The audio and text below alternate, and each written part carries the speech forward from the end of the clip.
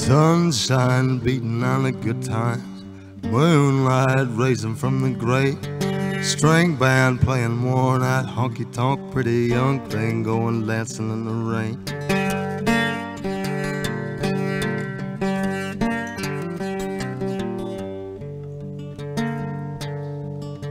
High heel lady spitting at the knickerjacks, businessman with a needle and a spoon, coyote chewing on a cigarette, pack of young boys going howling at the moon.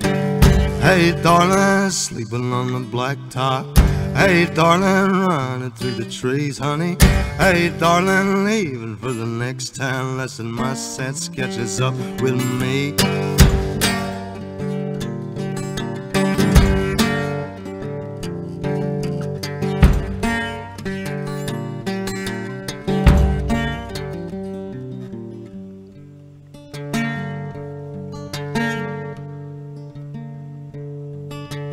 Three dead in a crash on the number 4, 2 witnesses blowing up high. Not sure whose will be done, and you can call me a sinner for wondering why. Hey darling, sleeping on the blacktop. Hey darling, running through the trees, honey. Hey darling, leaving for the next town, lesson my sense catches up with me.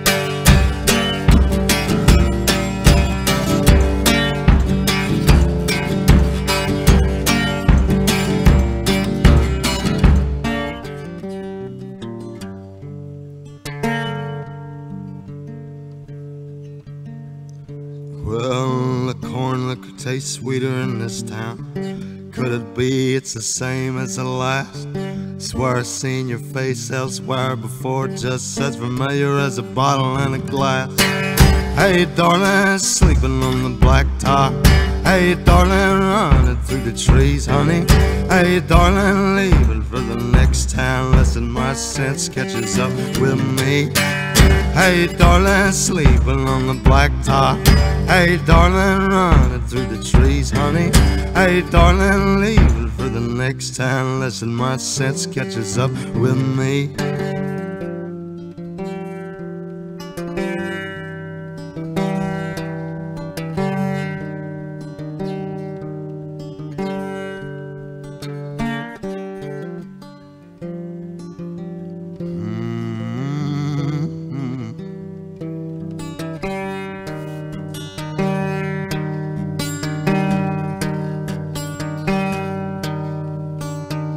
Listen, my sense catches up with me.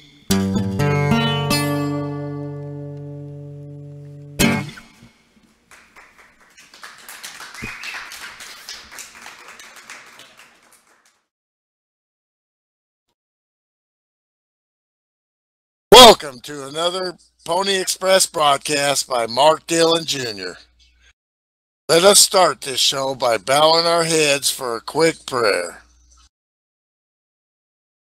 Thank you, Lord, for another day of doing what we love.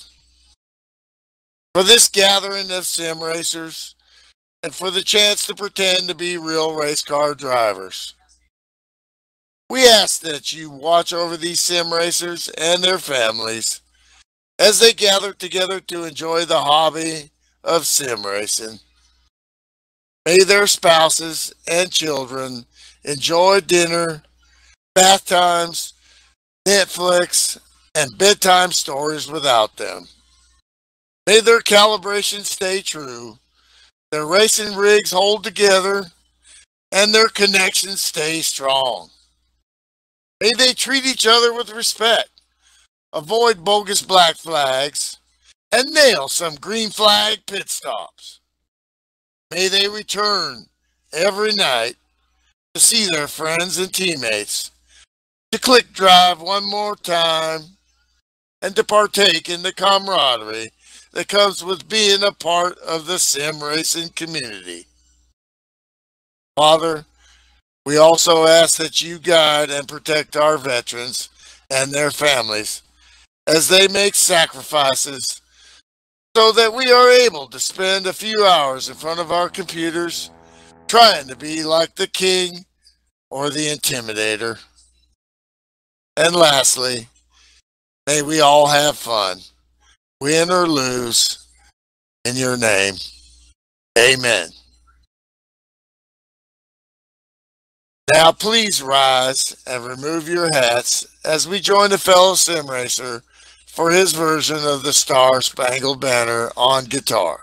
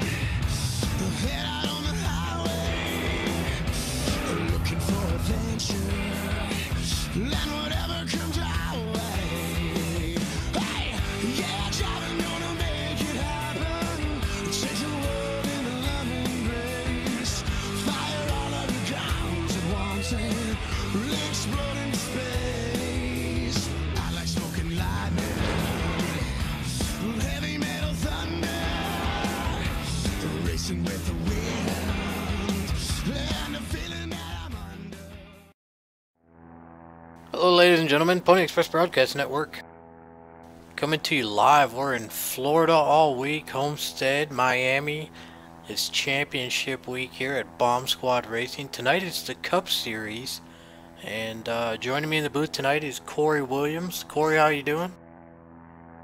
Doing pretty good. I want to give a shout out to DrunkenCowJerky.com sponsoring this series, as well as Rick Craddock, who is putting up the trophy in the championship ring, which has already been clinched by BSR Texan, who comes in tonight 37 points ahead of Terry Scott. There's only going to be 26 cars in the race, so technically Texan could sit this one out, but I don't think he's going to do that. Looks like he's going to roll off the grid in third place tonight, with Rick Craddock taking the pole. So really the points battle tonight is between Pockets, Hot Rod, and Brain Fade, battling for bragging rights and 4th overall in the points. But 2 minutes to go in happy hour. Let's get to Corey. Corey, who do you think is going to take home the win tonight? Because that's really the biggest thing on the line is who's going to take it to victory lane. Man, I don't know. There's a lot of good cars here tonight. Last night last night I think all three of us in the booth came close. Tonight we were only two of us. So I'm gonna go with BSR Texan. He was good last night. Gonna probably be good tonight. Already clinched the championship.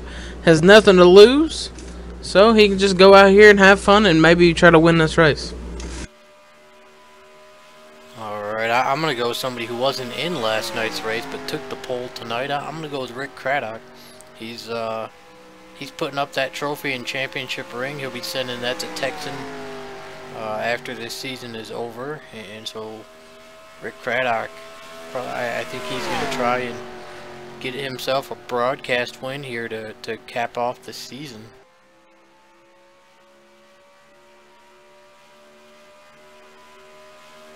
We're going to be running 107 laps, same thing we did last night. Tonight though, obviously we're in the cup physics, we are not in truck physics. Last night we were getting about 32 laps on a tank of fuel. You know, even though we've got 100 extra horsepower here tonight, my guess is it's still probably around 30 laps on fuel. Yeah, 30. I say 30, 32, just like last night.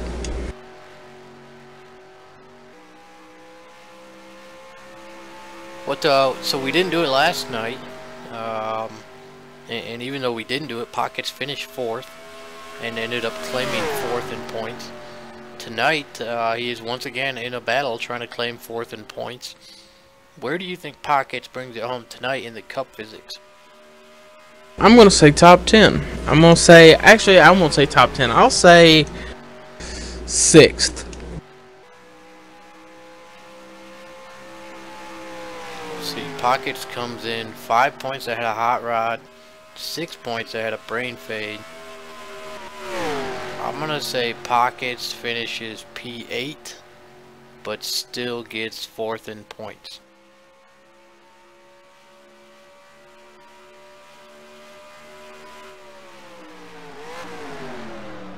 A lot of big names in the field tonight. We see some guys who we did not see last night in the truck race, and I'm sure we're going to see a different variation of this crowd tomorrow night too when we head to the Xfinity Series. Yeah, sure will. A lot of guys probably from last night will show up for that race. Hopefully taking some time off tonight to work on some setups. The trucks last night here at Homestead under the lights were extremely loose, especially on cold drivers to your cars. Yeah, on the bottom too. They were really loose on the bottom last night, and we're gonna have to see if that happens tonight, if they're extremely loose on the bottom as well.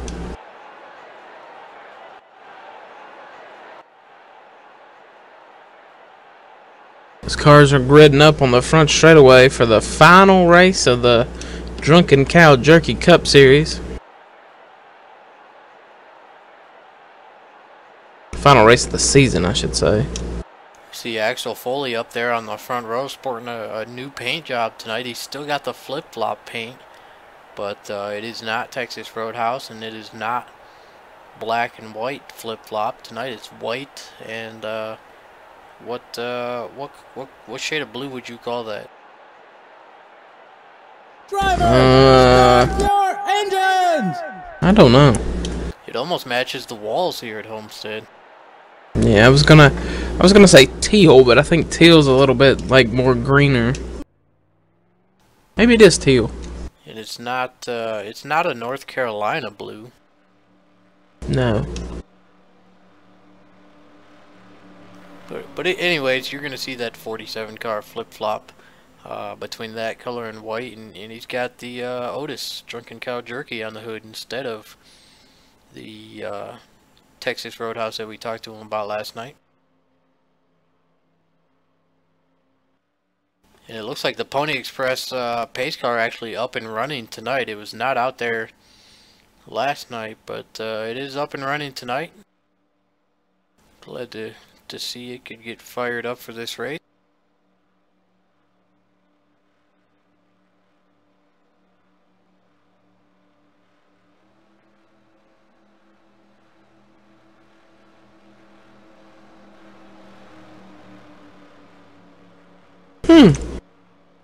Was just looking around on Facebook and found somebody's making a new IndyCar mod. But with that being said, Rick Craddock leads him and Axel Foley on the front row. We got the Champ and Psychosis. Then we got Rick Johnson, Terry Scott. Then we got Quack and Robert Balkin. And then Bama and Joey Murphy round out your top 10. Green flags out, and we're racing at Homestead. Good jump for Axel Foley. Rick Craddock drives it in deep.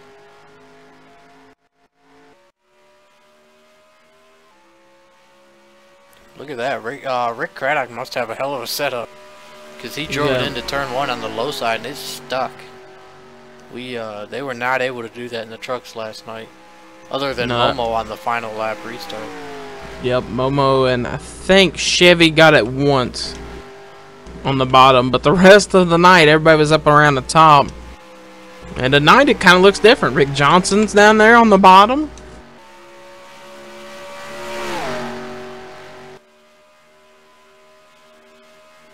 Yeah, oh, caution's out. So that's going to be our mulligan there. Yep. So we're going to stack them back up and try it again. Stack them and re-rack them on the front straightaway. Drivers, to your cars.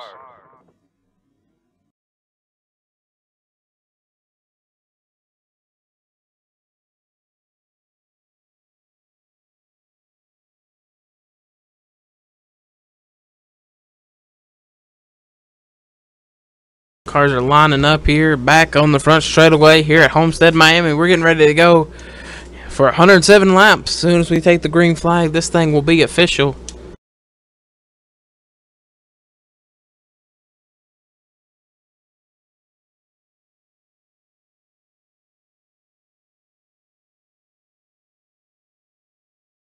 Drivers climbing back into their cars again.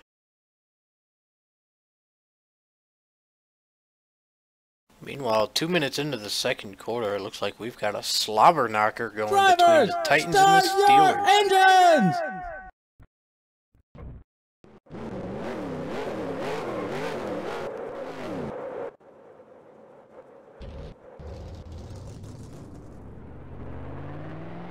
Here we go, cars rolling once again.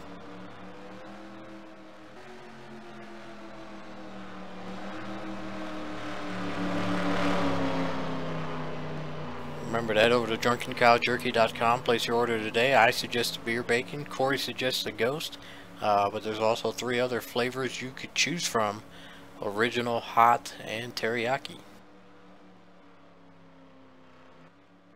And don't forget your dog. Order some wolf bites as well.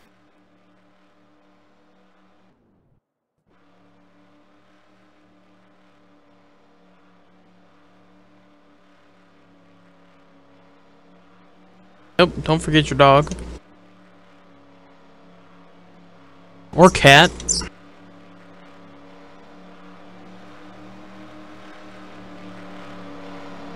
I'm not a cat person, and I'm curious. I wonder if cats would eat some jerky.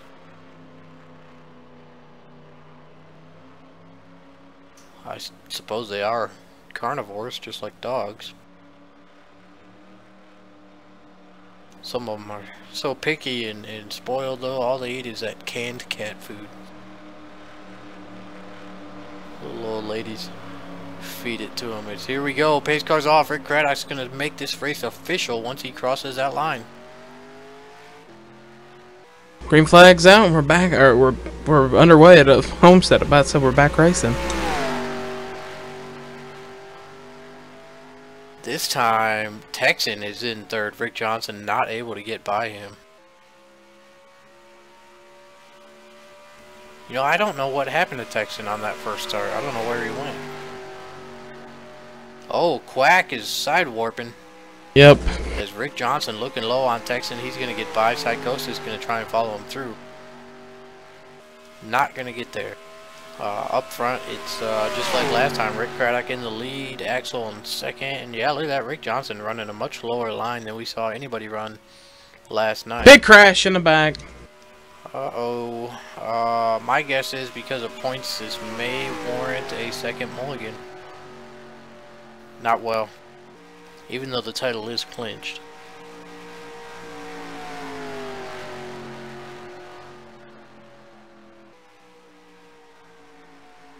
So far, no reset. This may be, this may still be official. Yeah, I think it is. Well, in that case, let's head over to the caution rewind screen and see who had some unfortunate luck on lap number 2.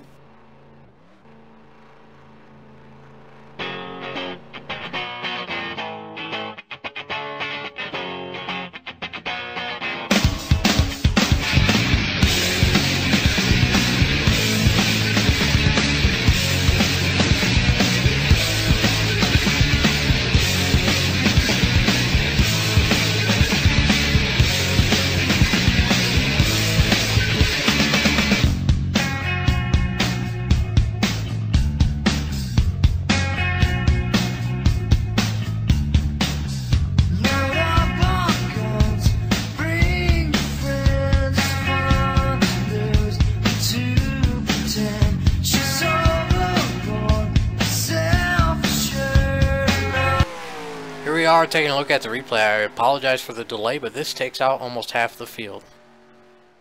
As Psychosis starts to go around, Quack finishes him off, and then watch this. Chris Hart, Pockets, Nelly, Larry Yeager, Juggalo, and about 5 other cars. There's just the whole rear half of the field involved in this wreck. RJ Rusty, I think Killajoule, Steve Furco, Bubba J, Juggalo. And not counting the guys who probably stayed out that got a little piece of that. So here we go, the big one on lap number 2. We'll see how much that shakes things up. Pockets didn't look like he hit anybody very hard, so he probably is not going to have any real damage.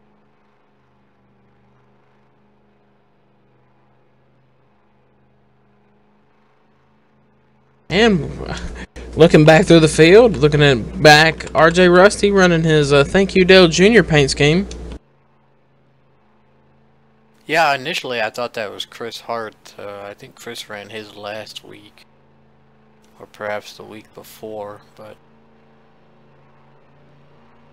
it's going to be interesting this weekend to see if Junior can pull off a win at Homestead. I'm not very optimistic. I would be happy just for a top 10. I think a lot of fans would just be happy with a top 10. I think he finished 10th in Phoenix, didn't he? Yep.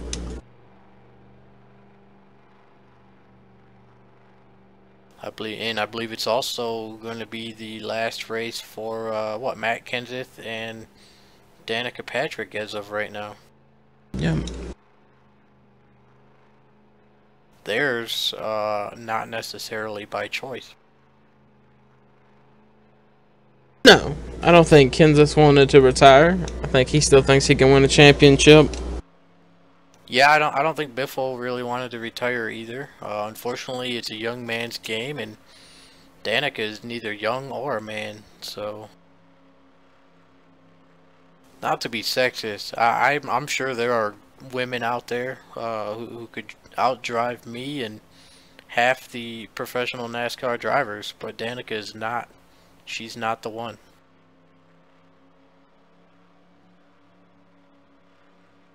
Yeah, I think she's gonna be fine doing her wine and her winery she has and her home shopping network clothing wear.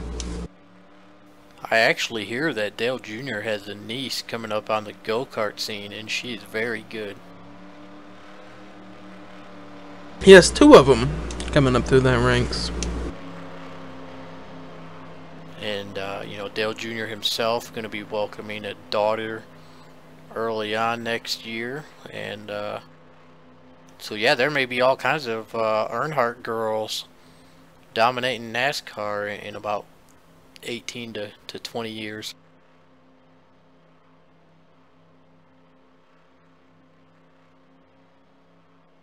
Well, I think one of them's a host of a Nickelodeon show, and I think she's like 16, so it might be sooner than we think for the next Great Earnhardt.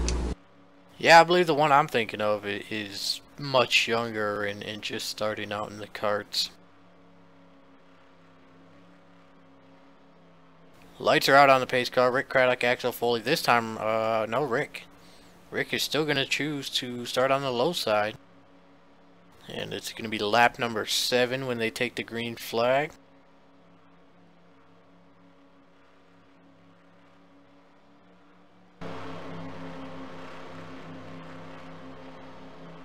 Looks like we did have 26 cars start the race. Steve Furco is already being shown as 1 lap down after being caught up in that wreck. Yeah, and it's a shame. Our boy Steve ain't running the sprint bait scheme tonight. He's running a Mopar scheme.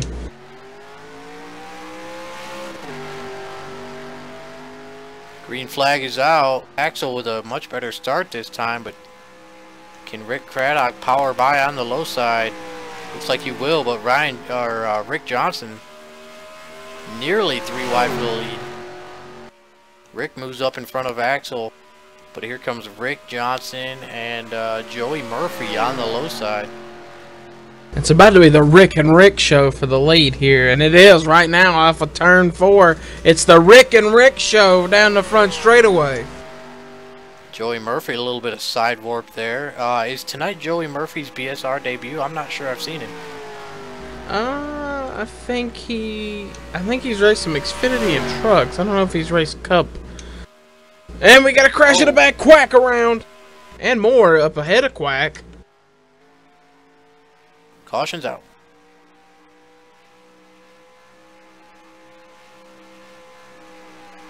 You know, they say cautions breed cautions, but I've come to think of Homestead kind of like your local trailer park, where there's a whole lot of inbreeding going on, and cautions are just popping out everywhere. Yeah, I think so.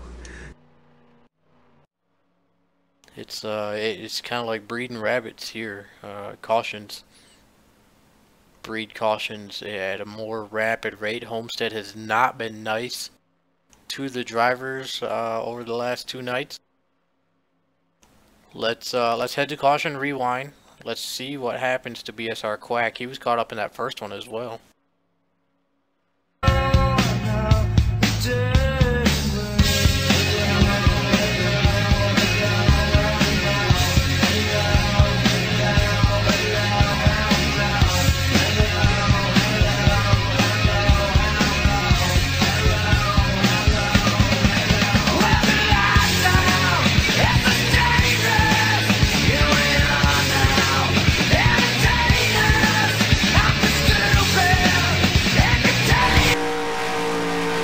Watching the replay. Oh, it looks like Chevy gets loose. Quack thinks about making it 3 wide. Oh, and Quack actually turns down across Chevy's nose there. That sends him down into the grass. But what's curious to me, there's some other cars in the grass. Let's not sure why. Let's pause this here. So that's Bubba J in the grass. And then who was the other car in the grass up here?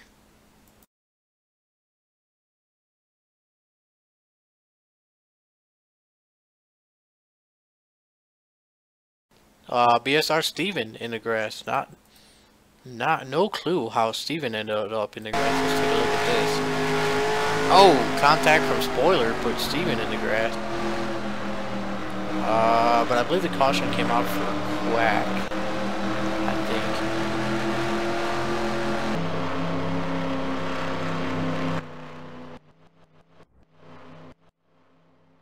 Meanwhile, Rick Johnson apparently got by Rick Craddock. He's your leader, and it looks like these leaders still not heading down pit road. 10 laps into this race, 2 cautions. These guys are going to stay out. So let's see if we can get a word from Chris Hart real quick. I understand he has an announcement.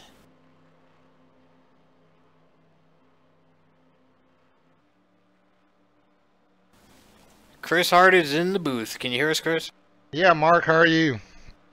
We're doing good. Me and Corey up here hanging out, enjoying the nice weather and some pina coladas here in Miami. And all the yellow flags? Well, luckily, yellow is my favorite color. So we understand you you have an announcement. What is that?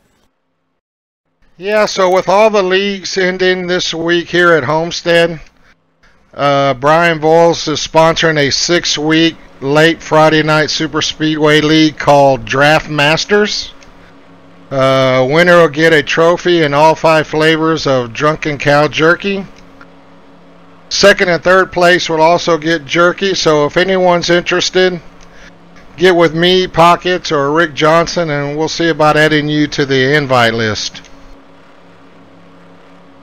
Alright, and that's you said that's gonna be Friday nights at 11:30 Eastern? Yeah, starting tomorrow night, in fact, in the CWS 15 trucks. Corey, you gonna be running in that? Yeah, I guess. I'm signed up. Actually, Mark, we were kind of hoping you might enter.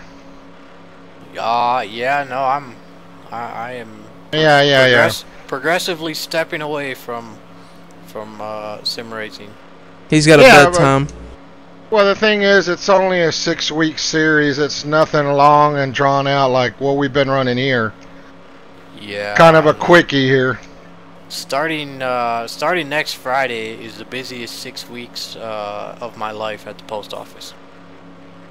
I'm gonna be working a lot of hours, and I can certainly understand that, Mark. I mean, if you can get away and come run one night with us, that'd be great. I will certainly keep it in mind and try to get out there if I can. I definitely wish you guys the best of luck. Corey, hopefully you can go out there and win some jerky. Yeah, I need a refill of jerky, so I gotta go win. You know, I won some of that jerky a few weeks back, and I've been craving to get some more, so it's a good way to get you some if you haven't ever tried it. So, Chris, real quick, before the green flag, is the Cup car any better than the truck was last night? Actually, Mark, for me, that's about the same. It's just real, like I told y'all last night, it's kind of skatey on the bottom. And, I mean, all we need is like 2 or 3 laps to get these tires worn in, and we should be able to go. Alright, well, we appreciate it. We'll let you get back up there, and good luck with your race. Yeah, thanks for the plug, guys, and have a good broadcast. So here we go. It's going to be lap number 13 as Rick Johnson and Rick Craddock lead us off into turn number 1. Yeah, the Rick and Rick show, and we're back green here at Homestead. Good start for Rick Johnson. He easily jumps out to the lead. Joey Murphy looking low on Rick Craddock. He'll make the pass, so Rick falls back to 3rd. Axel Foley up to 4th. Terry Scott 5th, and Spoiler right there behind them. Yeah, there's something a little different from last night. Last night we seen guys who they'd start on the top. They like the top lane. Tonight everyone's liking this low lane on the restarts. For those of you who don't know, I work at the post office, and once Thanksgiving comes around and Black Friday hits, it's literally 6 weeks of hell. I mean, Christmas presents, Black Friday packages, Christmas catalogs. It's literally the month of December is the worst possible month to work at the post office. I bet it is. And usually it starts on Black Friday, right after Thanksgiving. This year, though, the last week and a half has been fucking nuts. So it's apparently starting early this year. Yeah, a lot of places already released their Black Friday papers. Released them early. Oh, all week I have been delivering advertisements and catalogs for Black Friday. It's nuts. Black Friday, it's turned into a holiday. Yeah, pretty much. I think Walmart on Black Friday this year, they're doing where basically, you know, they have Cyber Monday the Monday after. For this year, you can buy stuff on Walmart.com on Black Friday and get it the same price. Nice. Yeah, I was listening to the radio the other day. They said there's a guy already sitting out front of Best Buy. I don't remember. He started sitting out there 17 days prior to Black Friday. That's crazy.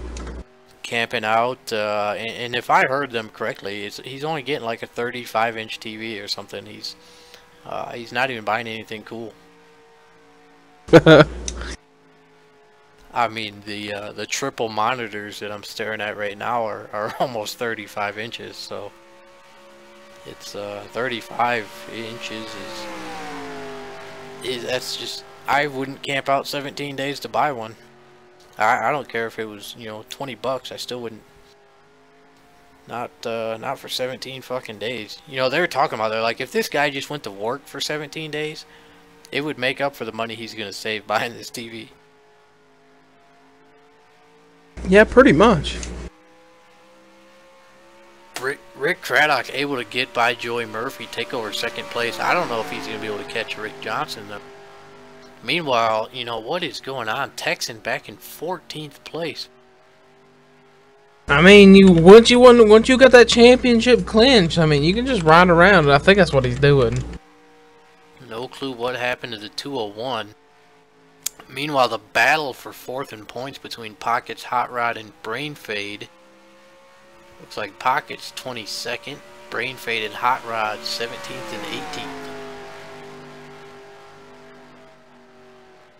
Well, we were talking about how we didn't think Rick Craddock was going to run down Rick Johnson. And Rick Craddock running the top, and he's actually starting to gain.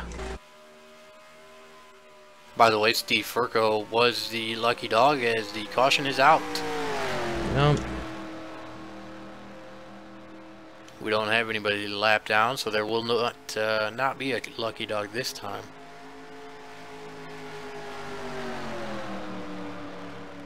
Let's go ahead and head over to the caution rewind screen and see what happened.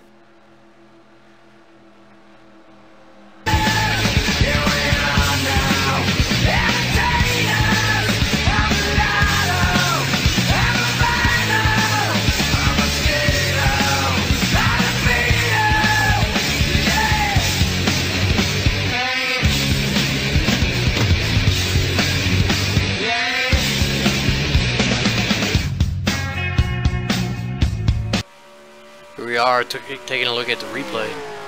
Looks like it's going to be Juggalo in the 4-car. Gets loose, goes around.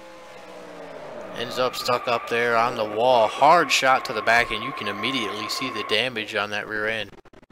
Even though it's moderate damage, you can't back it into the wall that hard and escape damage free. That's probably really going to loosen up that 4-car tonight. Yeah, it probably will, especially with all that damage. If they can't get some of that knocked back out, it's gonna be a little bit looser. Good thing though about open sets though is you can kind of compensate that. You know, you back it in the fence, you know it's gonna be looser. On a fixed set, you can't touch it. On an open set, you can make your car tighter, knowing it's gonna be a lot looser since you got rear end damage. Here we go. Brain Fade stays out, leads the lap in that battle to finish fourth in point. Looks like Hot Rod and Pockets having the same thought. We'll see if they're able to get one or not. Let's see if we can have a chat with our Thursday night Cup champion.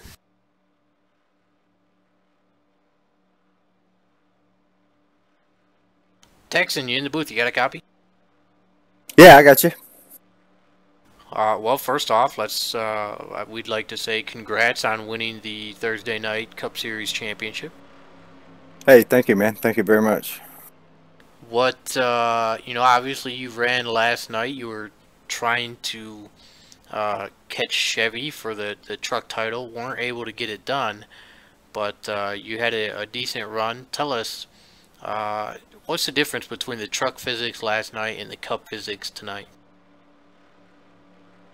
The track is quite a bit different than it was last night. I think you'll see once we get going a little bit, you'll see a lot more guys able to use that low line and use the bottom of the track a little more effectively than they could in the trucks. Setups are still kind of loose, but it's not really as bad, I think, as it was last night. I know we've had some cautions here already, but I think this is going to settle out, and we're going to get some good runs here pretty soon. To break in real quick, you saw Pockets was running in second, trying to stay on lead lap, and it looks like he disconnected or lost connection. He disappeared for about 6 seconds and then reappeared in the infield grass facing backwards. So not sure what happened to Pockets. Texan, are you guys getting the same kind of fuel mileage tonight? Yeah, it's about somewhere between 30 and 32 laps is about what you're going to be able to make on fuel.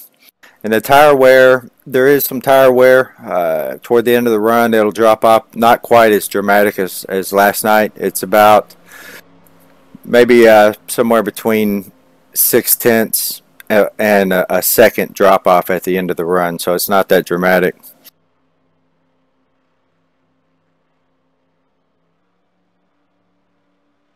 Yeah, you talk about the low line. Last night we only saw a handful of passes on the low side, but tonight our leaders Rick Johnson, Rick Craddock, they have both been working that low line. Last night we saw you making all your passes on the high side. What's your move tonight?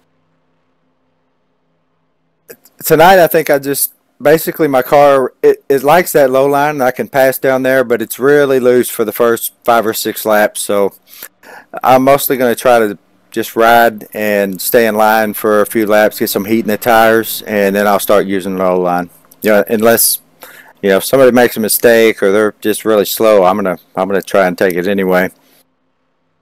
I know I've got this chase wrapped up, but I'd still like to finish here with a good strong run. Well, the lights are out on the pace car. We'll let you get back up there. Congrats again on your championship, and good luck with your race tonight. Thanks, Mark. Thanks, Corey.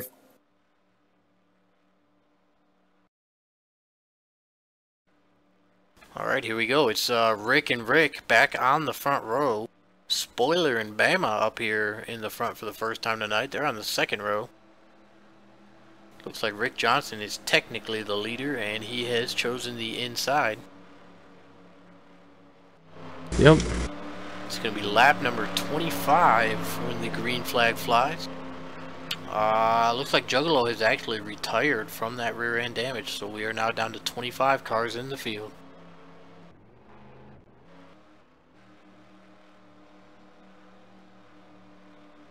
He's our first retiree of the race too. It's a tough break for OSR Juggalo.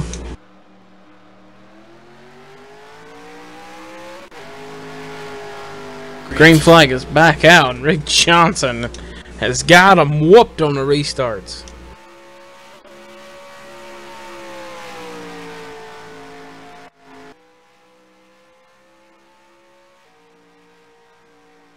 Looks like Spoiler gonna drop in between Rick Craddock and Bama there. My pick to win last night's race, Kilojoules, up here near the top 5 now for the first time tonight. Jules ended up losing to Momo by 5 thousandths of a second. One of the closest finishes that I have ever broadcasted. Yeah, them boys were drag racing last night. If you want to see that, go back and watch it. That was a great race. You can watch it right after this one. As Rick Johnson and Rick Craddock trying to put on a show. Rick Johnson running the Jimmy Johnson bottom to Rick Craddock running that Larson lane up on the high side.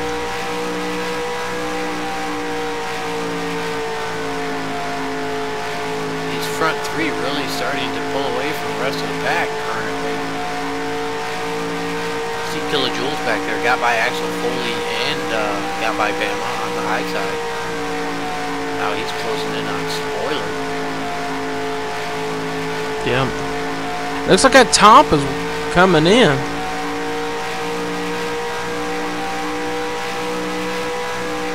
Homestead, very different than most tracks with the progressive banking here.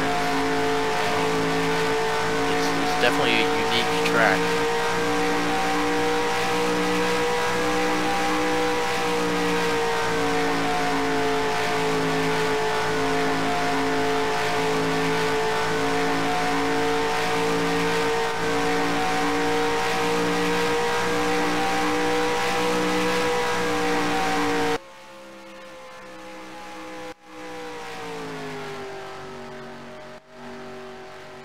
Moving a little further back in the field, you see Jules has gotten around spoiler. Now you got Axel Foley right behind him, thinking about looking low, not quite able to get there. But move Jules up to third. You know Jules would love to get a win here tonight and feel a little bit better about losing last night. Yeah, he wants redemption for sure. And, I mean, he's running a way higher line. Rick Craddock's running more of a middle. Rick Johnson on the bottom. Killer Jules is up there almost next to the wall. Well, 30 laps into this race, let's see who's run the fastest lap. It's actually the 66 of Terry Scott, the 201 of Texan. So even though we haven't seen those cars up here in the front, they do have the fastest lap. Oh no, look at that. Rick Craddock jumps up to second on the board. Just ran the second fastest lap of the race to number 22 as he is closing in on Rick Johnson. Oh yeah, he found him something good right now. He is working this middle groove. He is about to say, see you bye to Rick Johnson.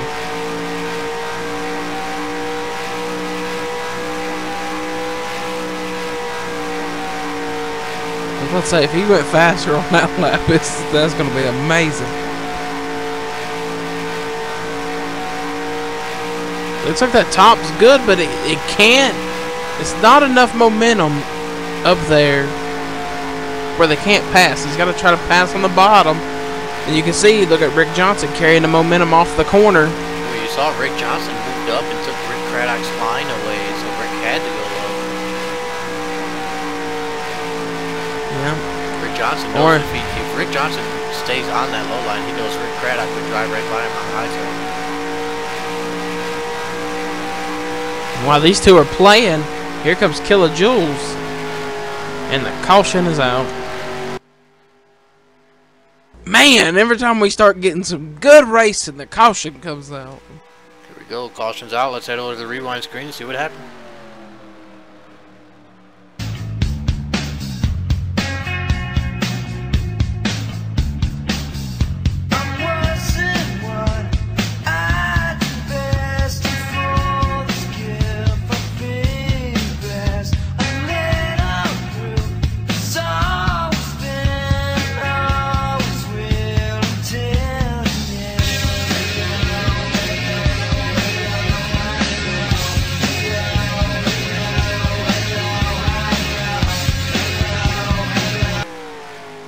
Taking a look at the replay, it looks like it's going to be Psychosis in the 28, gets loose, goes around in turn 1 and 2. He backs it hard into the wall, gets the same damage Juggalo got. And he also retires from the race. Looks like our leader's going to head down pit road, and Pocket's now finally going to stay out and get that bonus point.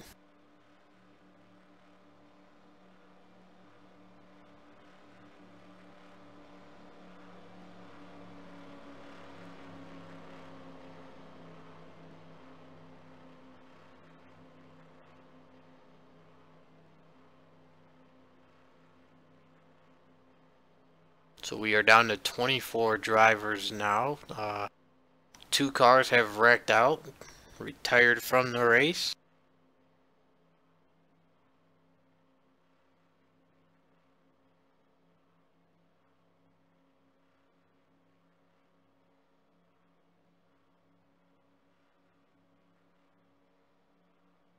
Ooh.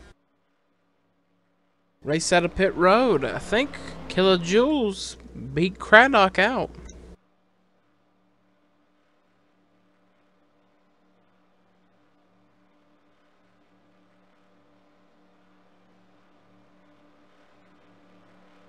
We're gonna wait and see, wait for these guys to line back up, and then we'll see if we can get a word from Rick Craddock.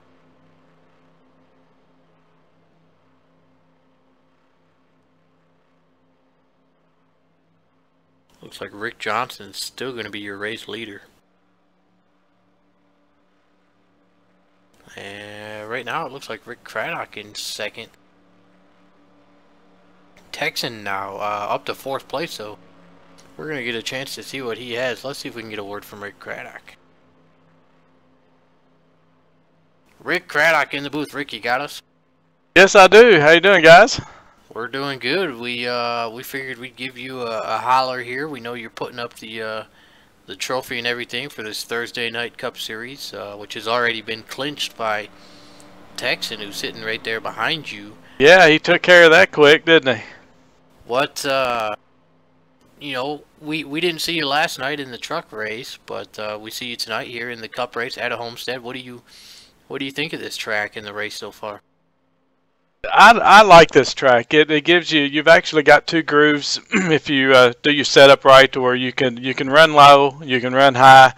I run a little bit of a higher line than Robert is right now, and I think it helps my tires. I'm hoping for a longer run. I'd like to get a few laps under me, and I think I've got an advantage on the tires. And so I like the track, and I think it's going to be some pretty good racing if we can get everybody kind of spread out and calm down a little bit and get some laps under us.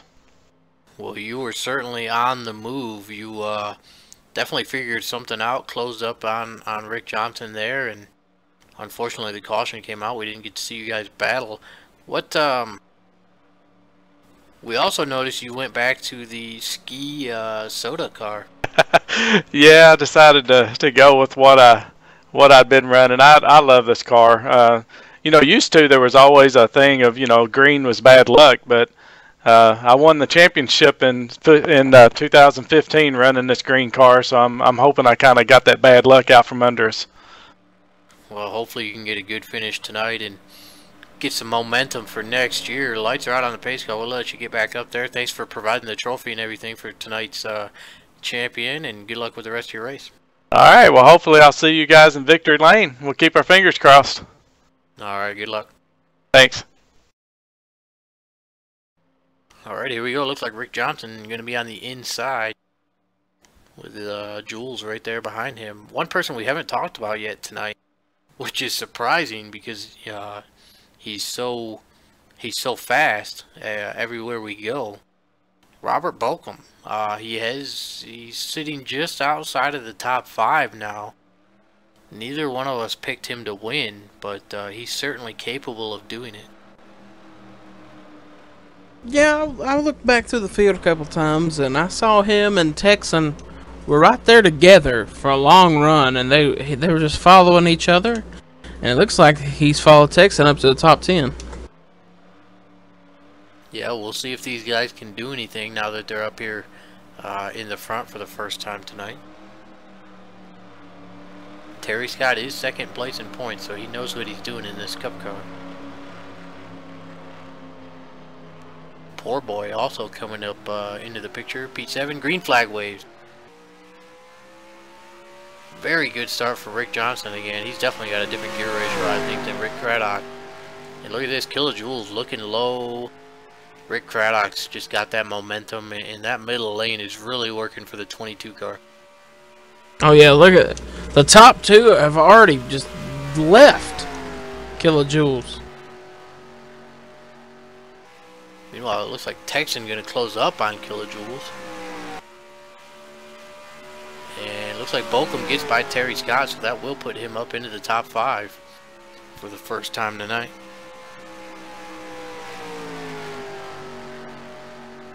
We can already see the lines forming. You can already see Rick Craddock in the middle to high groove. And Kilojoules last time by was doing what he did at the end of the run, was up almost near the wall. Craddock getting a big hit of momentum. Chasing down Rick Johnson. Ran a faster lap than him. I think Rick would love to get next to... And no. Kilojoules running one of my favorite paint schemes that I've ever seen in sim racing. My only complaint is Here under the lights at Miami, the numbers are a little hard to see on the side of the car. Yeah, those gold numbers look good in daytime, but at nighttime they're hard to see.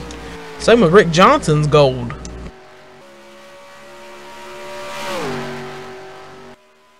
Texan has caught these front three, leaving Robert Bolcom behind. So it's now a 4-car breakaway, over a second ahead of 5th place. Man, Rick Craddock is all over the back bumper. Rick Johnson gonna peek to the inside.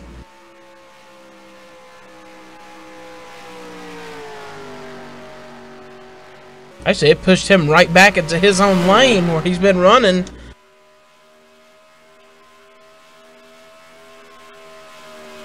You know, he would love to just get up on Rick's outside door and try to pass him that way. It's hard to pass somebody up on the outside. We seen him do it last night in the trucks race. But tonight, it's going to be a little bit harder. More horsepower in these cup cars, especially on the bottom. Oh, and this time Rick Johnson stays low. Craddock gets his preferred line, just not able to get there.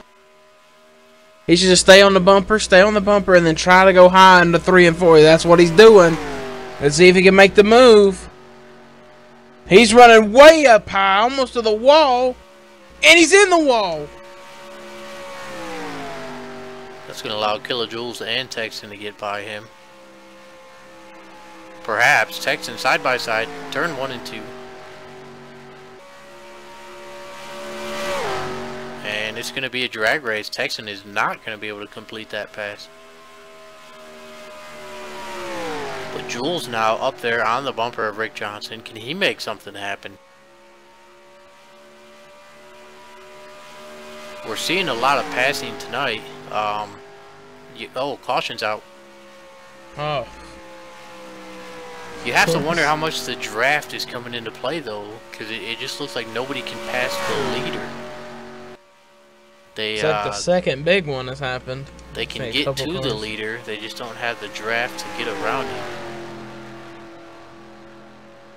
Let's head over to the caution rewind screen and see what big caution part deuce looks like.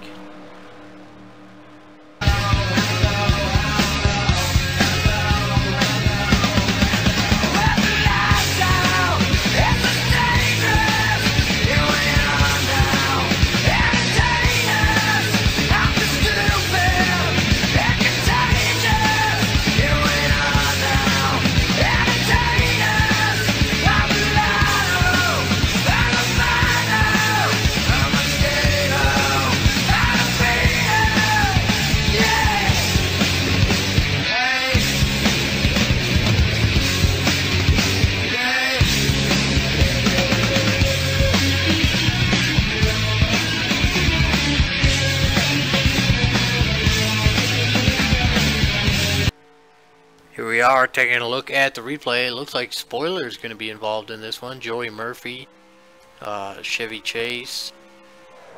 Here we go. There's contact between Spoiler and Joey Murphy. Bama involved. Chevy involved. As well as the 6 of Chris Hart involved.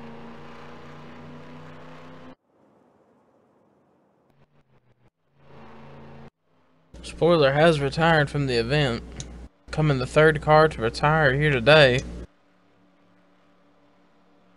So that's going to drop us back down to 23 cars in the field.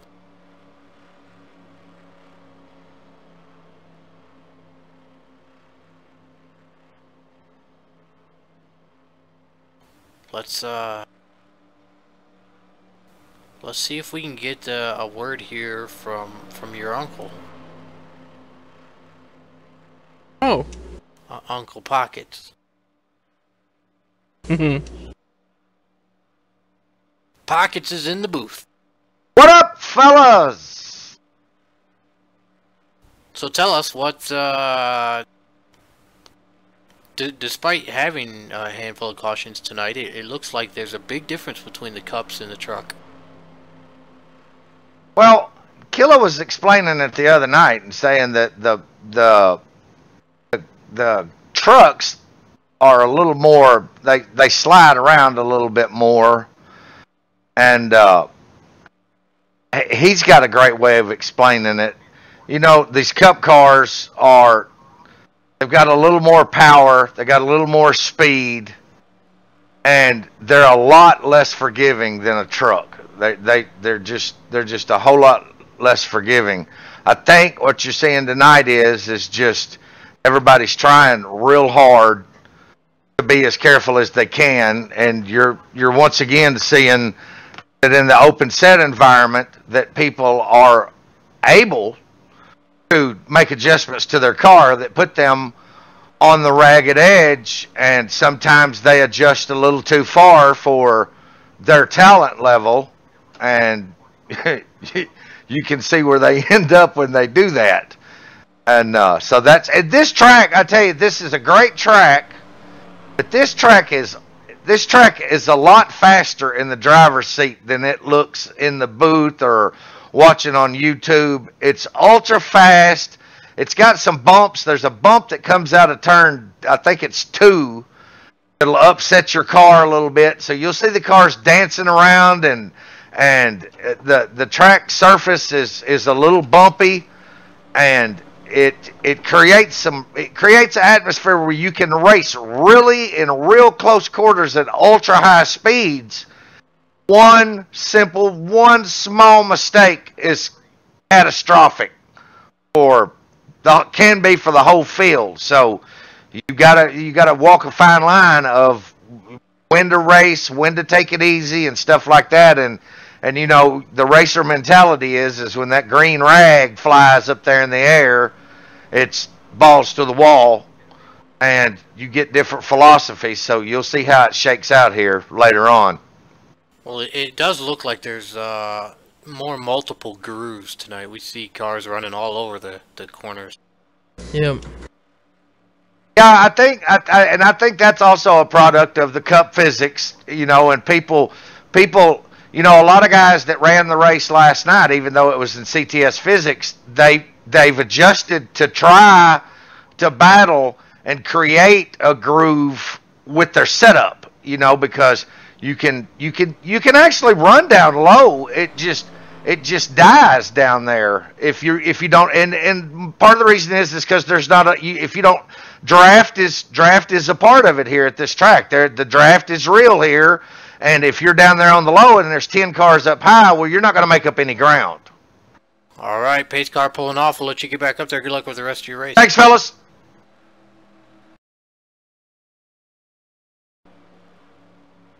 Also tonight we haven't had a lot of blown gears and broke transmissions, so maybe that bottom doesn't have 10 layers of transmission fluid on it like it did last night. Jules, your leader, going to be starting on the high side, Texan on the low side. Rick Johnson, not sure what happened, but he's in the back, 21st place.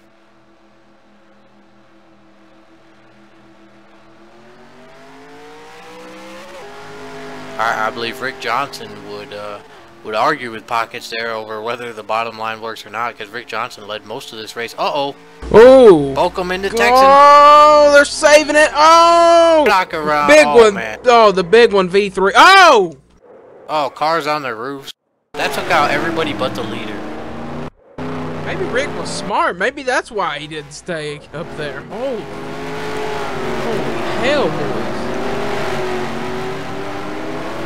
There's one car driving down the track in reverse. Who was that? Terry Scott. Terry Scott.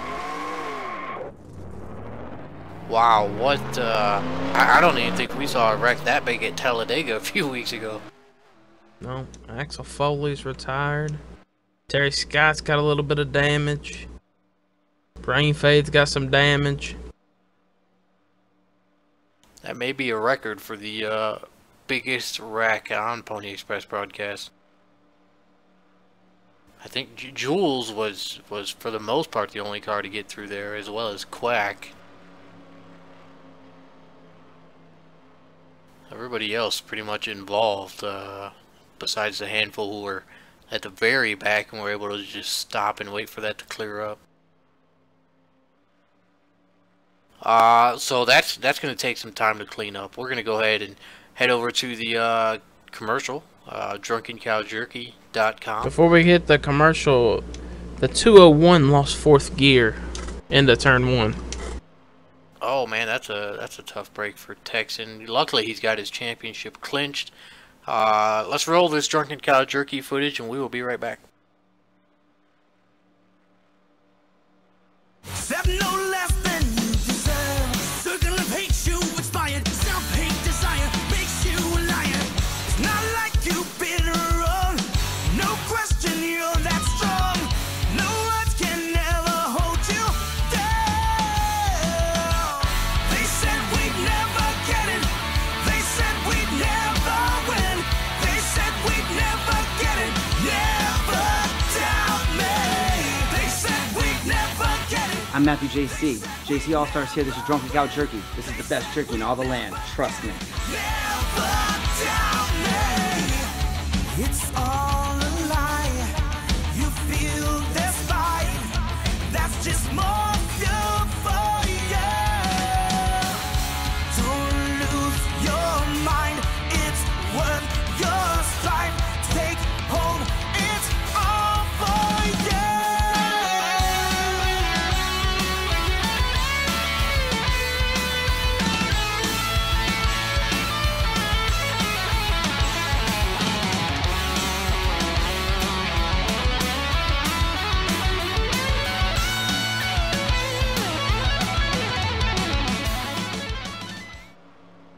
Alright, we're back. That was Drunken Cow Jerky. Be sure to head over there, place your order today. Get you some wolf bites for your dog as well. Looks like most of the cleanup is done and over with. Still some cars heading down pit road, getting some more sheet metal work done. Looks like Jules and Quack, after that wreck, they're gonna stay out. They don't want to be anywhere near that action in the middle of the field.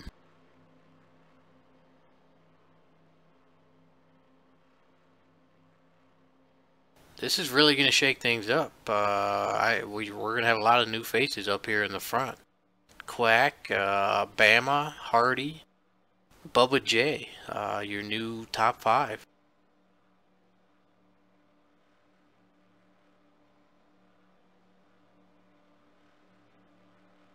Well, with that being said, Texan drove around right after we talked about some gearbox failures from last night and transmission fluid all over the track. Texan breaks a gearbox. Right now it's showing me Texan a lap down, or did he retire? He retired for me. It says gearbox.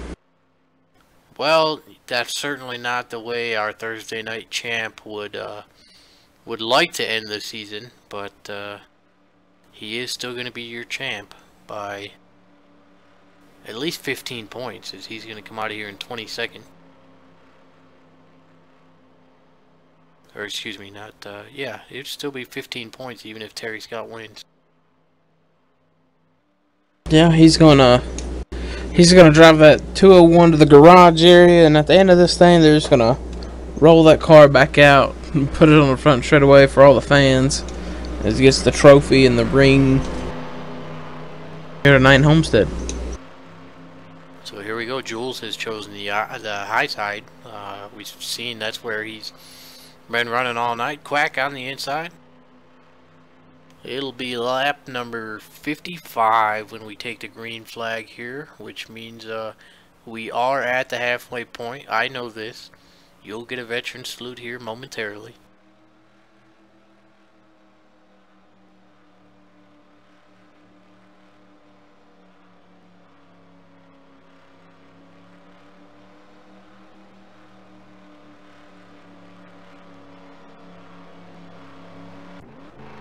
Pace car brakes left, heads for the access road. Even the pace car has to follow the rules here at Homestead.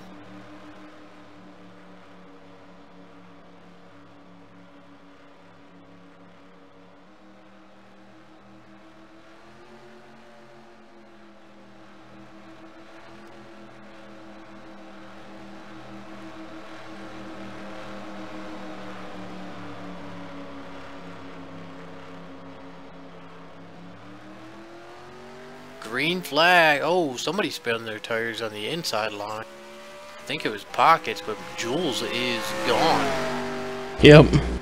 I'm not sure any of these guys that are up in the top 5 right now can keep up with Jules. We'll see. Quack.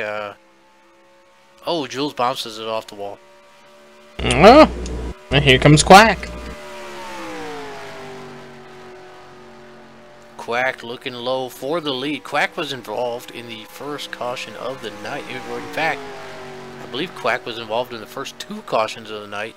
And now here he is, your race leader, as the caution comes out.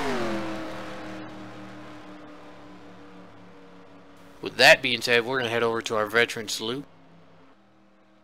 As always, thanks to all the veterans and their families for their service and sacrifice. We hope you enjoyed tonight's veteran salute, and we will be back in just a few minutes for more green flag racing from Homestead.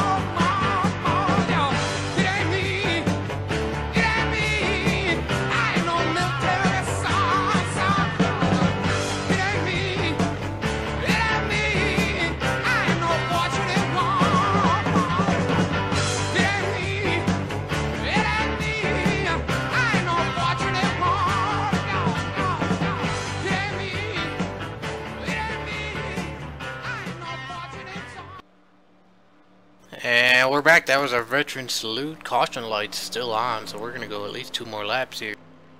As Texan being shown 6 laps down. Looks like everybody else still in the race. Quack, your leader now. Jules decided to pit. So that's going to move Bama up to the front row for the pending restart.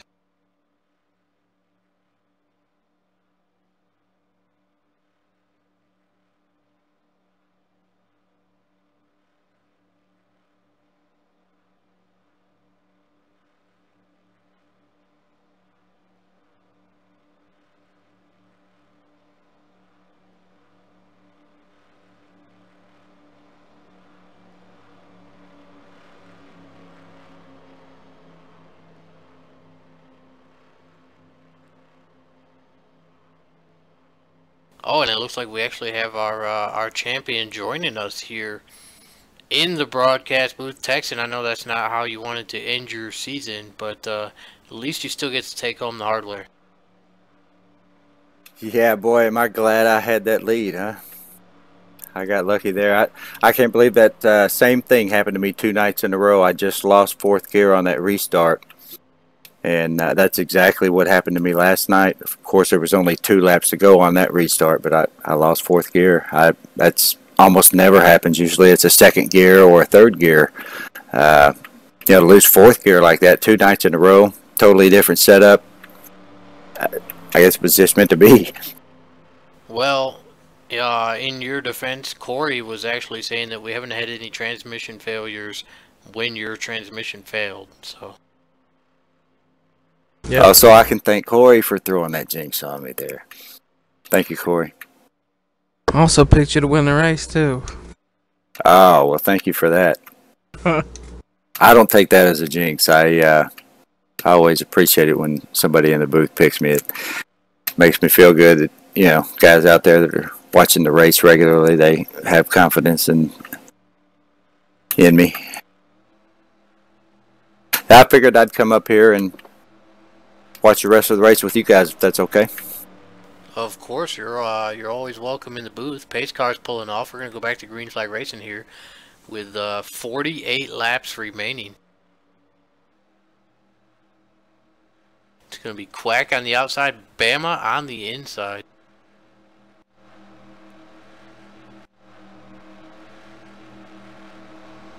See if Bama can get up here and hang with Quack. Meanwhile, look at this. Rick Johnson has went from 21st to 5th in just a handful of laps. Green flag.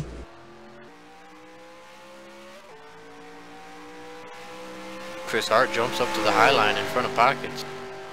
That's going to open up the low line for Rick Johnson. Oh, Rick Johnson loose.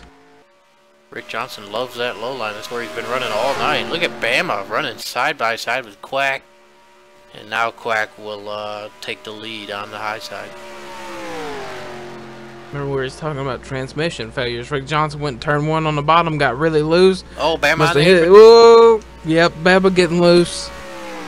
Here comes that transmission fluid on the bottom, making this bottom loose again like it was last night. Chris Hart to the inside, trying to steal second place. Ooh, car around in the back. It's Racer X. He's sideways and he saved it. Got 5 cars under a blanket going for this victory. Oh! Murphy warping all over the back of BSR, or not BSR, OSR Bama. 3 wide for 3rd place. Oh man, this is getting good. Here comes Pockets into the mix now.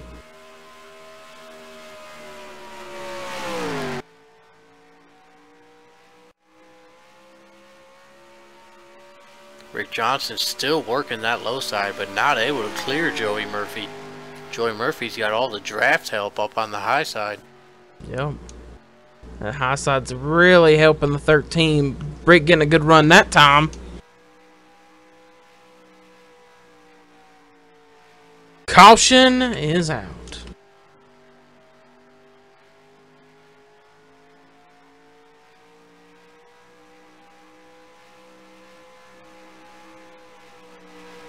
Set over the caution rewind screen and see what happened.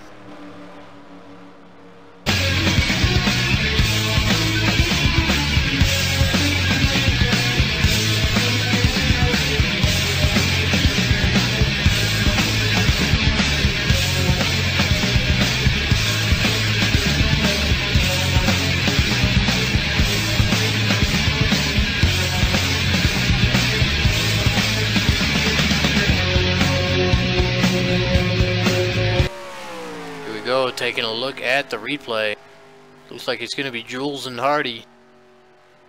Jules checks up, gets loose, trying to stay off a brain fade, collects Hardy. And that collects Chevy. That might end the night for Chevy. Wow, what a hit. That Chevy T-bones the shit out of the 03 car.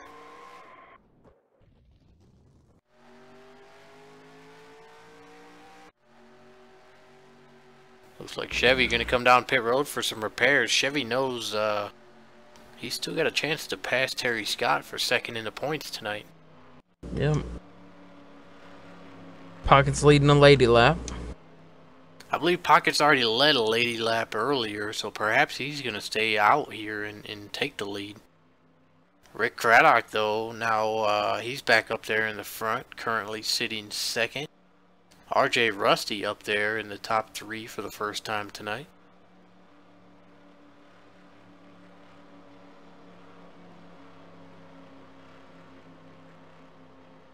Looks like Hardy has retired. Tough night for Hardy. I believe there's 20 cars. I believe there's only 20 left. We'll see. We could still lose some more. Definitely some guys who took some damage in that one. We've already seen 3 big uns tonight.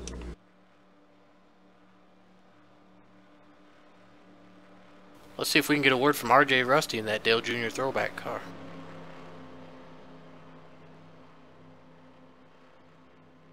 Rusty, you're in the booth. It's me, Corey, and Texan. How's your race going? It's going all right. Got some damage that's starting to show up a little bit now, but just gonna ride this thing out and try to stay out of some trouble. Mark, how you doing? We're doing good. We see you're running the Dale Jr. throwback scheme tonight as Dale Jr. heads to Homestead for his final race of his career. Yes, sir.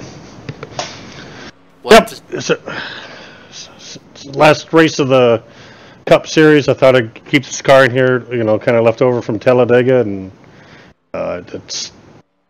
have him with it, thinking about him on his last race. So, what a career.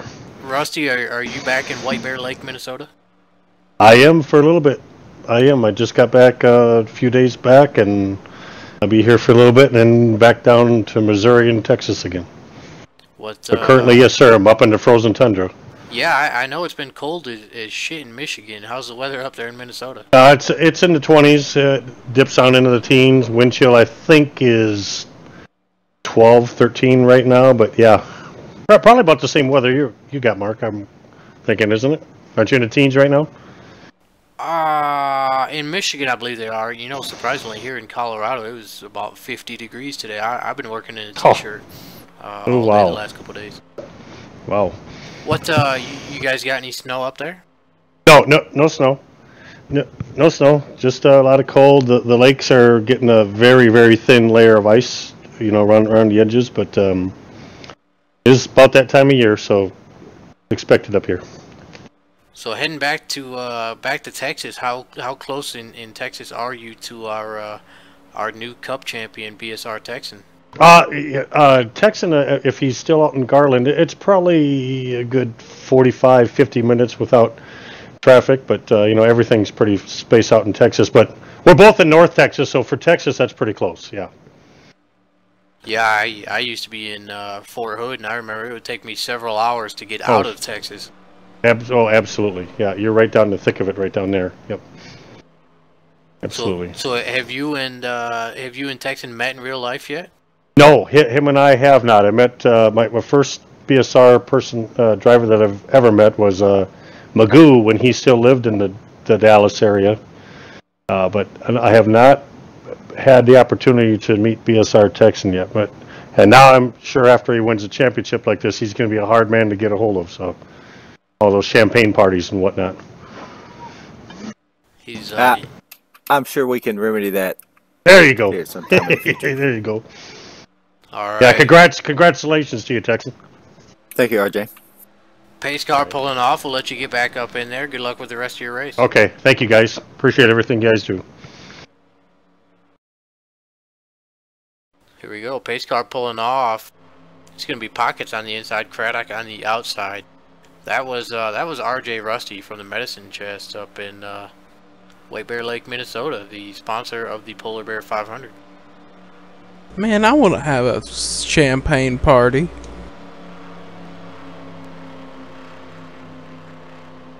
So get ready to go back green. Pockets stayed out.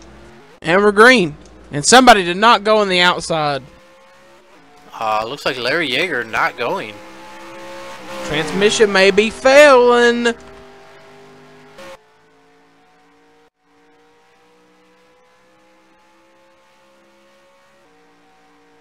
Without pitting there, if this does happen to go green, most of these guys are going to be right on the edge of maybe being able to make it on fuel. Whereas Pockets will definitely have to pit if this does go green at the end.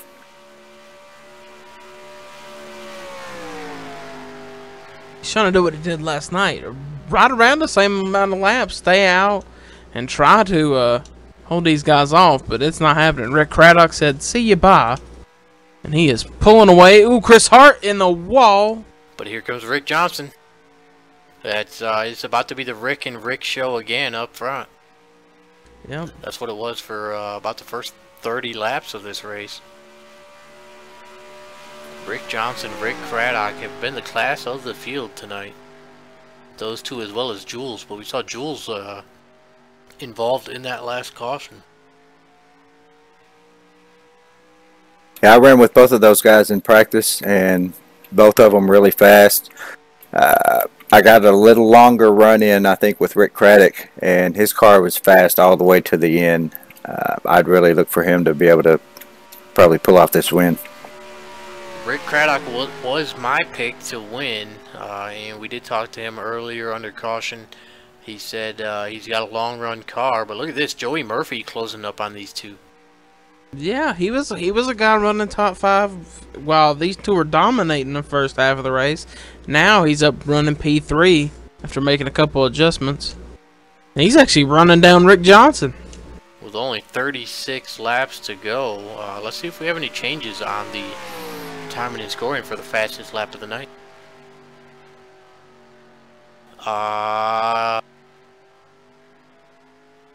Who the heck is... Oh, Jules. Jules in the 029, still the fastest lap of the night. Followed by Texan, Rick Craddock, Joey Murphy. As dominant as Rick Johnson has been tonight, he is not even in the top 5 as far as fastest lap times. And we have a caution. Caution's out, 35 to go. That's going to allow Pockets to top off its fuel and anybody else who needs to. Everybody going to be pretty close to good to go by the time we take the green flag here.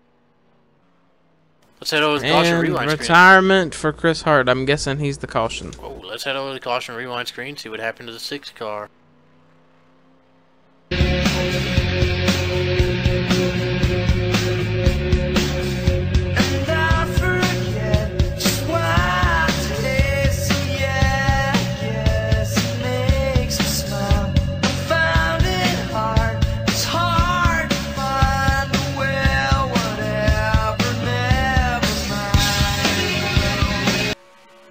Here we are taking a look at the replay. He was in 4th place.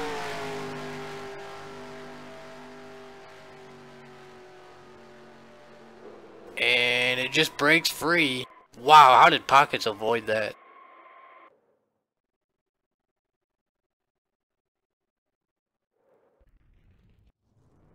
Yeah, Pockets just barely slipped that by Chris.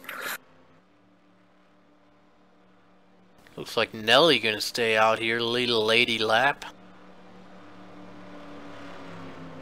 So Texan, have you had a chance to go back and look at last night's finish? Yeah, I did. I've watched that broadcast twice already, actually. That was, you know, even as caution plagued as that race was, that finish was great. That was an awesome finish. A photo finish between Momo and Jules, 0.005 of a second. One of the only passes we saw happen on the low line last night. Momo was able to get it done. Yeah, having those fresh tires right there on the restart, that was the one thing he had going for him, being able to really hold his speed and hold it in the throttle coming off of turn 4 without pushing up into Jules. Now, obviously, you already had tonight's title clinched. My understanding is Chevy already has the Friday night title clinched. Last night was really the only points battle we had, as you and Chevy came in, separated by only 5 points. What did you think of the overall truck season? Was there anything that stood out to you that perhaps you could have done better? No, really, I had a pretty good season. I didn't quite have the luck that I did in the Cup Series. I wasn't able to be as consistent. I had a couple of bad races in the trucks, and you know that's what cost me. Yeah, last night in that race, I was joking with Chevy there right before I blew fourth gear on that last restart. If he were to finish right where he was and I was able to pass those other two guys, then that would mean I won the race and he finished in fourth, and I would beat him. And my truck was fast. I could have possibly pulled that off if things went just right for me, but ended up having the gearbox failure last night, just like tonight. Now, is this your first Cup championship? No, I won the championship in 2012. Rick Craddock he's been providing the Cup trophy, since then, and maybe even a year before that. It's a little bit different looking trophy. It's more of a cup, big cup with a wheel on top of it. It's a really nice trophy back from the 2012, and I saw that helmet trophy, and I was really, hoping I'd be able to be there and get that trophy this season, and I was able to pull it off. Now, what about the Truck Series? Have you won that title before? Yeah, actually, last season, ECT TJ won the Cup Series, and I won the Trucks and the Xfinity last year, just like Chevy's going to do this year. He's going to be the Truck and Xfinity champion. And Drunken Cow Jerky provides those trophies, and those are great looking trophies. Good, nice, big, tall. One's got a truck on it, the other one has the car on it. Have you gotten to the point yet where you need to add an addition to your house, make a trophy room? No, I'm not quite there yet. I've got a few. I won a couple series in another league as well, and then I don't know if you guys remember. Not long after RLM came out, they had a RLM 400, and I lucked out and won that race too. I believe Pockets finished in second in that race. So I've got a few, but enough to fill up the mantle. All right, here we go. Pace car's going to pull off. It's going to be 31 laps to go. So they're going to be right there on the line of that fuel window. With the Rick and Rick show up front, Quack and Joey Murphy right behind them. BSR Quack, despite being in the first two cautions of the night, he's been pretty fast. Sure has. Robert Balcom also making his return to the front of the field.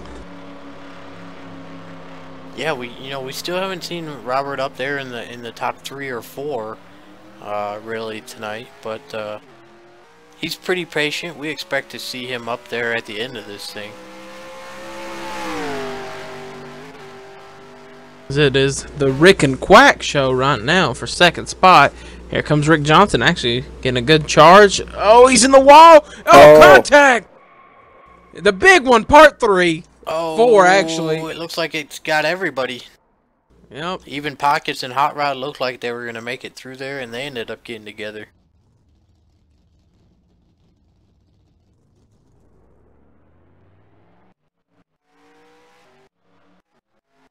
Pockets is facing backward. Man, what happened on that one? It looked like it had a man. I don't know.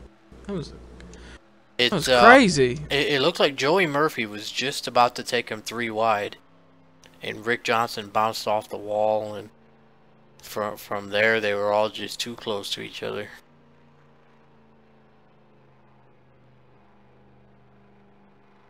Yeah, other than Rick Craddock, I think I saw about maybe 6 cars that made it through that without any contact with another car. Rick Johnson got clobbered in the door.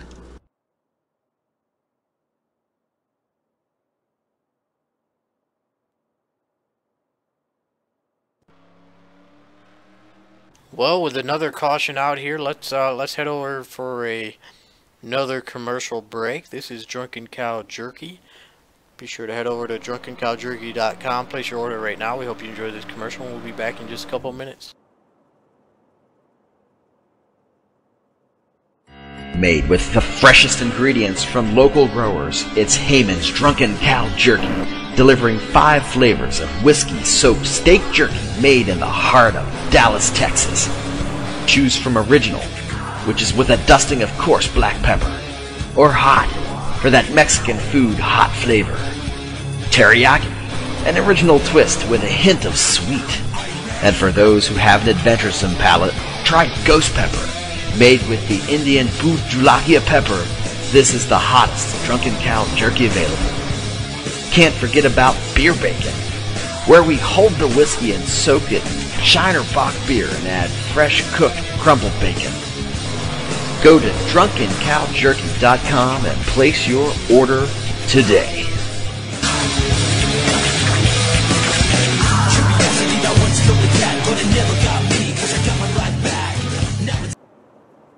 Alright, we're back, still under caution.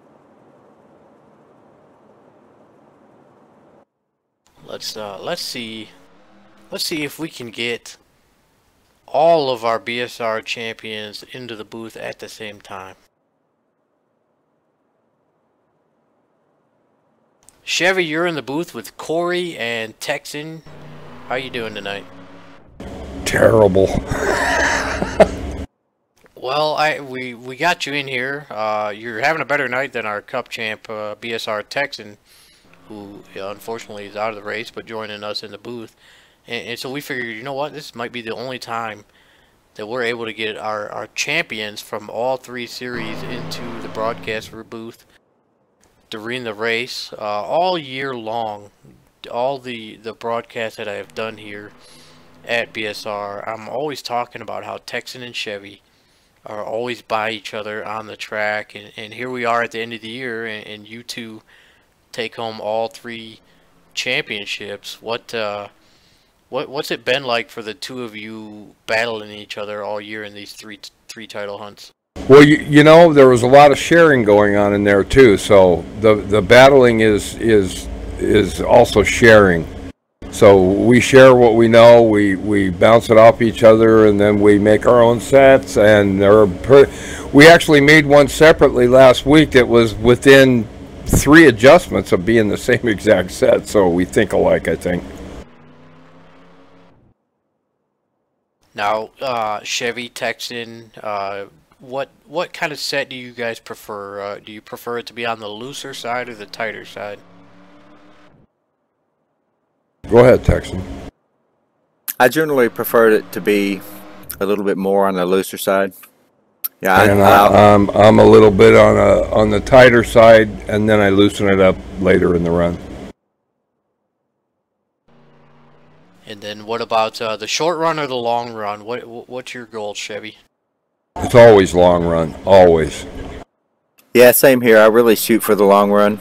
But I still try to be fast in the beginning. Yeah, I try to find that balance. All right. Well, we see the lights are out on the pace car. Obviously, congrats to both of you on your championships this year. Chevy, we'll let you get back up there, and good luck with the rest of your race. Just remember, guys, that Friday night thing's not etched in stone. Oh, I haven't looked if something at the happens points. in real life and I can't be there, I don't get it. So. Yeah, I got you. I haven't looked at the points. I was just going off what Pocket told me. It's 14. Oh, okay. Is it 14 over Terry Scott? 10-4. All right. Well, we'll definitely have that live action for you tomorrow night. But for right now, let's see if Chevy can get us a podium run. Good luck with the rest of your race. Thanks a lot. Congrats. Here we go.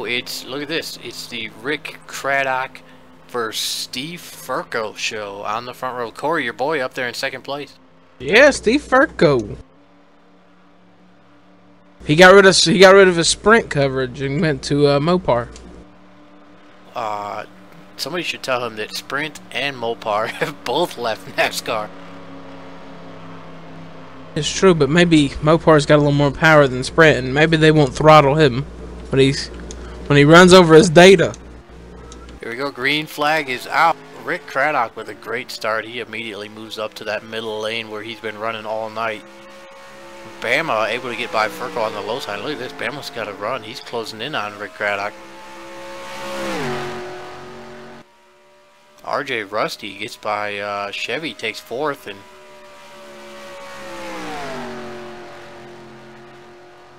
look at Mopar Dodge.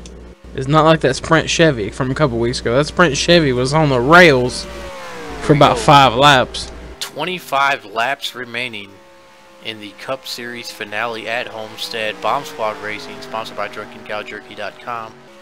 And the trophy, of course, from Rick Craddock at Real Tech LLC.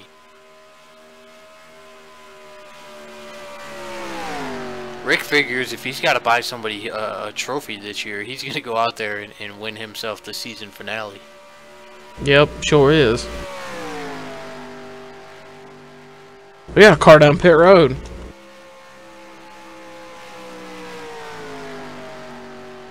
The 13, the Joey Murphy down pit lane. So troubles for the 13 car. If I had to speculate, I would guess random gearbox failure.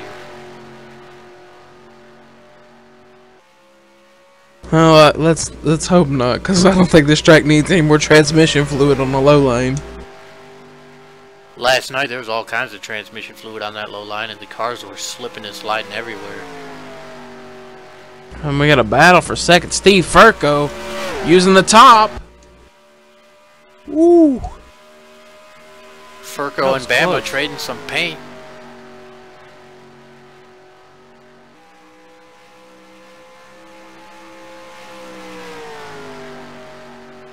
That Dodge is getting some horsepower down the straightaways.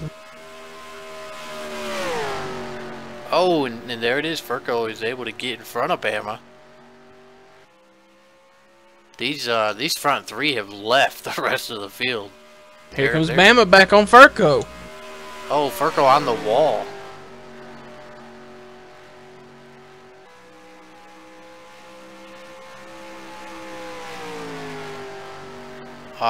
Did Joey Murphy pit or did he retire? He pitted. He's back on the track. I think he got a black flag. So black flag for the 13. Man, look at that gaggle of cars 2 seconds behind our front three. Yeah, this group back here, they've been racing each other pretty hard, swapping positions for the last 3 laps. Look at this, you got Nelly and Bokum battling for 4th place. Nelly bounces it off the wall. You got Steven on the inside of Chevy. You got Poor Boy, Terry Scott, Hot Rod in the mix, Quack, Rick. Uh-oh, Chevy's around. Big one. Chevy's around. The 48 also collected. And that is going to bring the caution out here with less than 20 to go.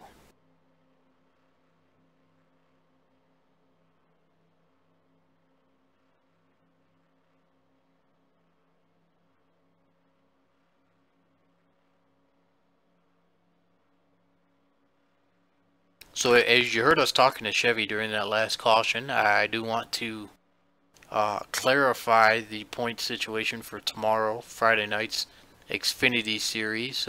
We've been saying the last 2 nights that Chevy had that title locked up. That was the information that had been given to me, but 14 points is definitely doable in a race. We saw 26 cars tonight. I think there was about 26 cars last night as well. We expect at least 20 cars tomorrow night, and so Terry Scott coming in tomorrow night, 14 behind Chevy Chase. He still certainly has a chance at that title. Absolutely. I didn't realize it was that close. I thought Chevy had a 20-something point lead in that series. So what about Texan? Do you run the Friday night series? Yeah, I do. Where are you going to come home in the points?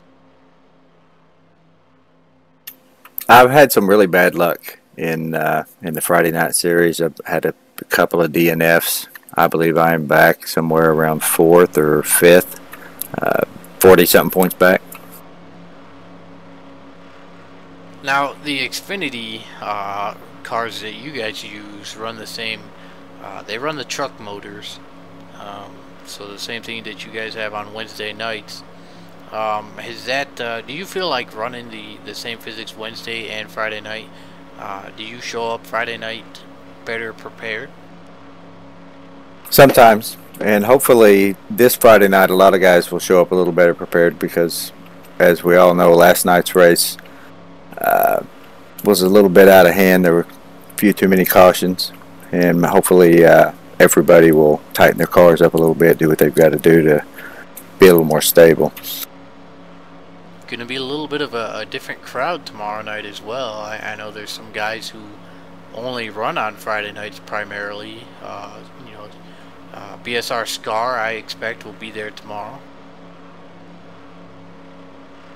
Yep, there are more guys that are able to run, the weekend. They don't have to get up early the next day, so we tend to get a good turnout on Friday night.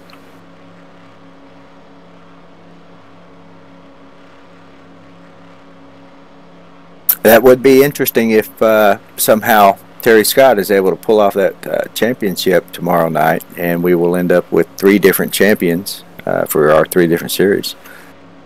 Yeah, Terry Scott, he's had a great year. It looks like he's going to finish, I think he was second or third in the truck points. It looks like he's going to come out here second in the Cup points. It's been you, Chevy, and Terry Scott, top 3 all series.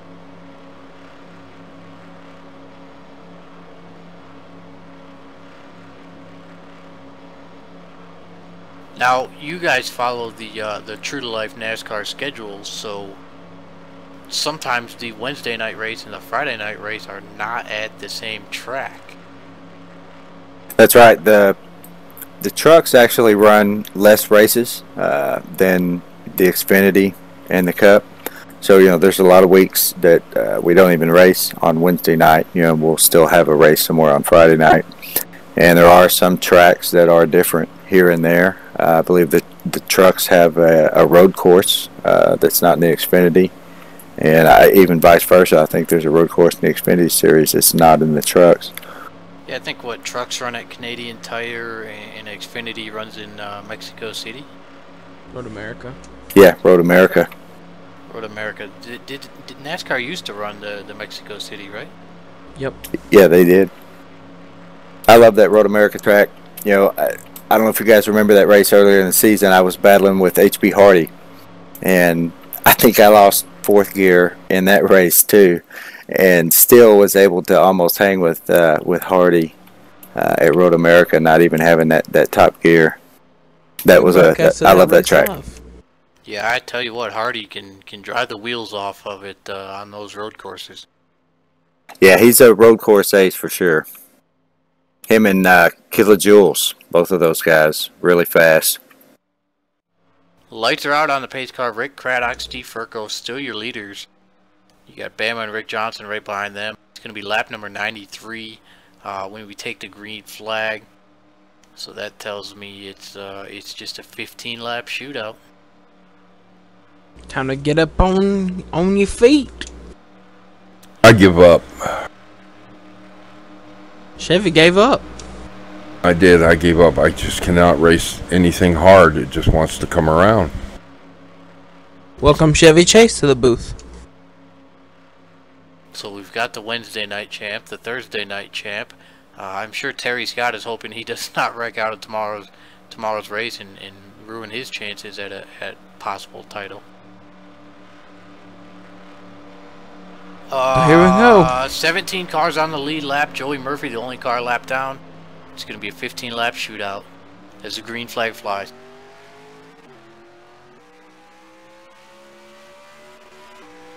Yep, green flag. It's going to be a battle between Steve Furco and Bama again. Bama gets by Furco on the low side. Woo! Meanwhile, Nelly up to car around in the back. The 48 car hard off the wall into the grass. No caution. We stay green. So far we're green. Bama going for the lead. Side by side coming to the line. Meanwhile, Nelly up to 4th. He got by Rick Johnson. Yep.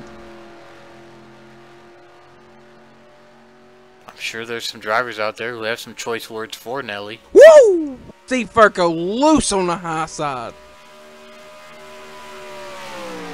There comes Rick Johnson down under Nelly for 4th. Rick Craddock is really going to have to be on the wheel to hold these guys off. Rick has a better car on the long run. So he's going to have to hurry up and get some heat in those tires because Rick Johnson is coming. Yep. Ooh, something happened to Robert Balcom. He's slow down the back straightaway. 48 car has retired. We're down to 17 cars. Joey Murphy was the lucky dog on that last caution. That put him back on the lead lap. We'll see if Joey can get up there. Joey, one of the fastest cars tonight.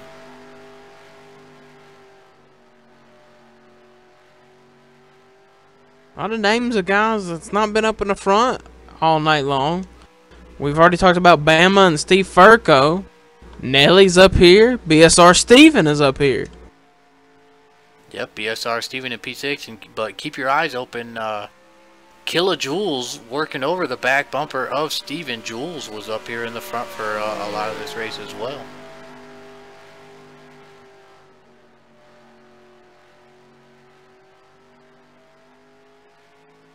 If Rick Johnson can get by Bama with these, we might get to see the Rick and Rick show.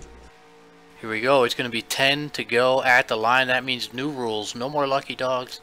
But we will race back to the line if the caution comes out. Rick Johnson completes the pass on Bama. Takes over second place. He's got 10 laps to catch Rick Craddock. Rick Craddock is pulling away. He's almost half a second out there now. Yeah, Rick running that high line. Rick Craddock running the high line. Rick Johnson maybe want to start running that high side and see if he could run him down. Jules gets by Steven and Furco. That puts him up into the top 5. Now he's working over Nelly, who is on the inside of Bama. Oh, contact. Oh, Bama in the wall. Bama able to hold on to it. We stay green. Oh, and the car's around in the back. And now the caution flies. And we have a caution. Oh, my God.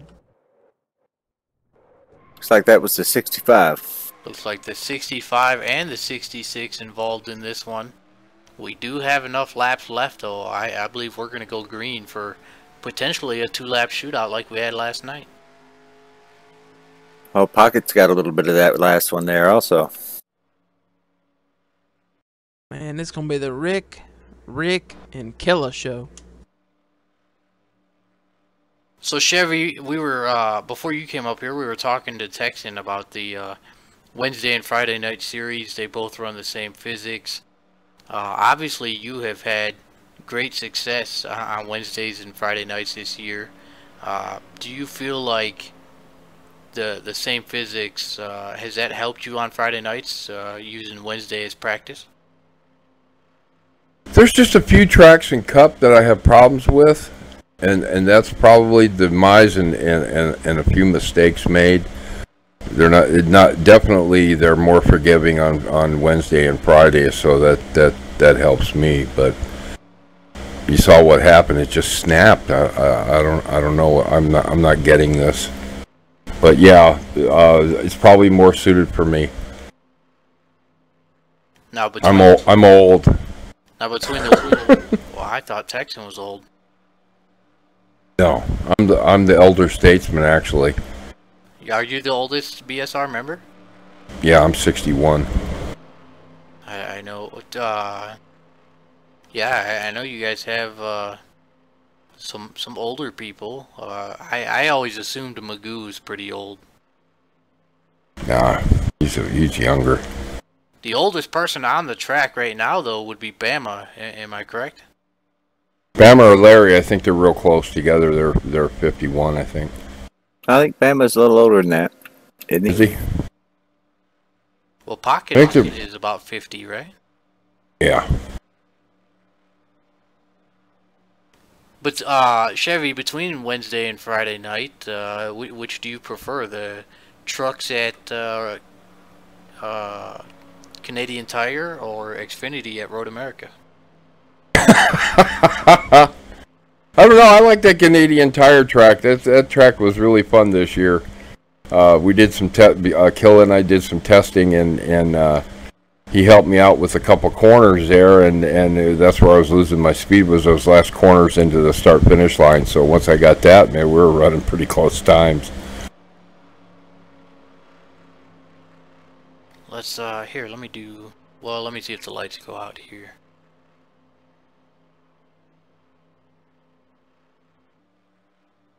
Lights stay on. Let's ask a quick question. Larry, you're in the booth. You got a copy? Yes, sir. Larry, we're up here with Chevy and Texan bullshitting about age. We were wondering, who is older, you or Bama? I'm not sure. I don't know how old Bama is. Uh-huh. Well, let me get the full story then. Get him up here. Bama, you're in the booth with me, Corey, and a bunch of old dudes. How y'all doing? So, Bama, our question, our poll question is, who is older, you or Larry Yeager? I don't know. It feel older or actual age? I feel like a young guy. I got a little blood running there. I kind of had some contact and got forced up in the wall a little bit. You're up there running like a young gun up there with Rick Johnson there. Yeah, we did some adjustments on the car at the last pit stop, and I think we got it dialed in pretty good. But like I said, it's coming down to the end. Get some guys getting a little aggressive here, but that's racing. All right, well, we're just giving you and Larry some shit. I was giving Chevy and Texan shit about their age. We'll let you both get back up there, and good luck with your race. Thanks, man. Roger that. Thanks for having me, and I'm going to thank BSR and Drunken Cow Jerky for putting this thing on. We're having a blast. Well, thanks for showing up, Bama, and go out there and get yourself a podium. We're going to try. So here we go. It's going to be lap 104 when the green flies. That man said he had blood pumping, boys. Well, he's got that Geritol on his car. You know, Bama recently had a hip replacement, and he's still healing up from that. But he's still very fast and out there racing. That's how much most sim racers love this. You know, even after something like that, he's still out here racing almost every night. Here we go. It's going to be a 4-lap shootout, and once again, it's the Rick and Rick show on the front row, and Jules right there trying to get by both of them. This is what we saw for the first 30 laps of the race. Which one of these three can come away with a win? We saw Jules miss it by 0.005 of a second last night. Can he get by these two with a 4-lap shootout if we stay green? Here we go. Green flag's back in the air. We're racing to get a Homestead.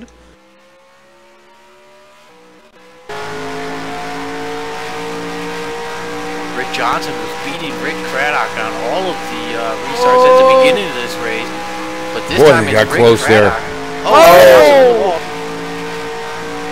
Jules now gonna look inside on Rick Johnson. Jules to second place. Can he get redemption and get by Rick Craddock? 3 laps to go.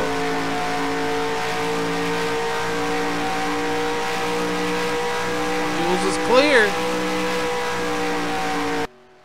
He drives the loosest race car I've ever seen. Killer Jules. I bet he does. Look at our man, Steve. There it is. Here's the Caution's out. Caution's out. Race back to the line. I don't think Jules can get there. I don't think he's getting there Don't either. try. And those will be our podium finishers. Rick Craddock, Kilojoules, Rick Johnson. So 2 nights in a row, Jules now, second place. Rick Johnson able to hold on to the third and final podium spot there, despite knocking down the wall. And Rick Craddock, the man putting up the hardware for the Thursday Night Cup Series, he's going to get him a broadcast win here at Homestead to close out the season. Man, other notables, look up here. Look at Steve Furco coming home 4th. Joey Murphy, a couple of restarts ago, was 21st. lap down, getting a lucky dog coming on P5. Yeah, great job by Joey there. And it looks like, if my math is correct, I believe Pockets is going to beat Brain Fade by 1 point to hold on to 4th overall. That's 4th and 2 so far. Wednesday and Thursday. Yeah, Pockets held on to 4th last night. I haven't looked at the points, so I don't know where he's looking on Friday night.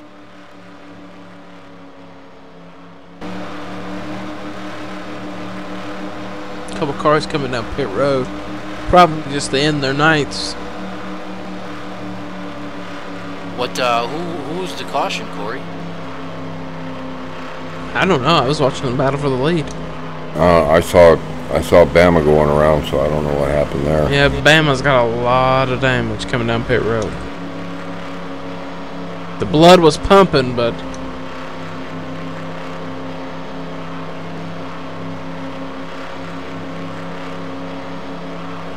I'm looking at it now.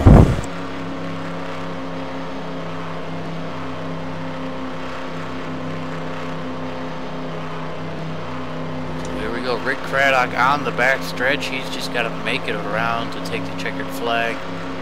Hopefully his gearbox holds together. We've seen a lot of gearbox failures the last 2 nights. Yep. Which is very uncommon for a track where these guys, they're not shifty. They're not, other tracks, 1 milers or whatever, you're possibly shifting into 3rd in the corners, but these guys aren't shifting, so it's very odd that so many blown gears. Yeah, the 510 came down and clipped Bama. Like checkered flag is in the air. Checkered flag in the air. Pockets actually gains a spot, so he's going to finish 2 or 3 points out of Brain Fade.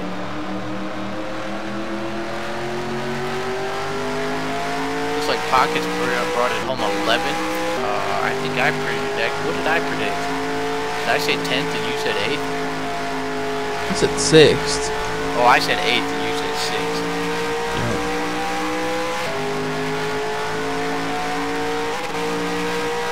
Joey Murphy holds on to a top 5, and great run by Steve Furco.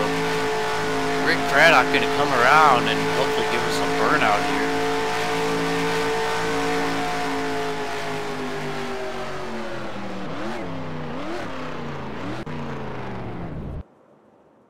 I think Rick is definitely going to be glad he switched back to that ski soda paint job. Yep.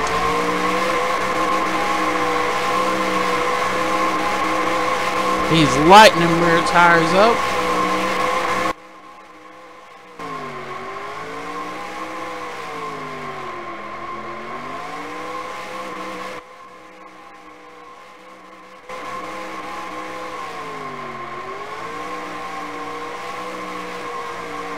He's gonna do a John Force down the front straightaway.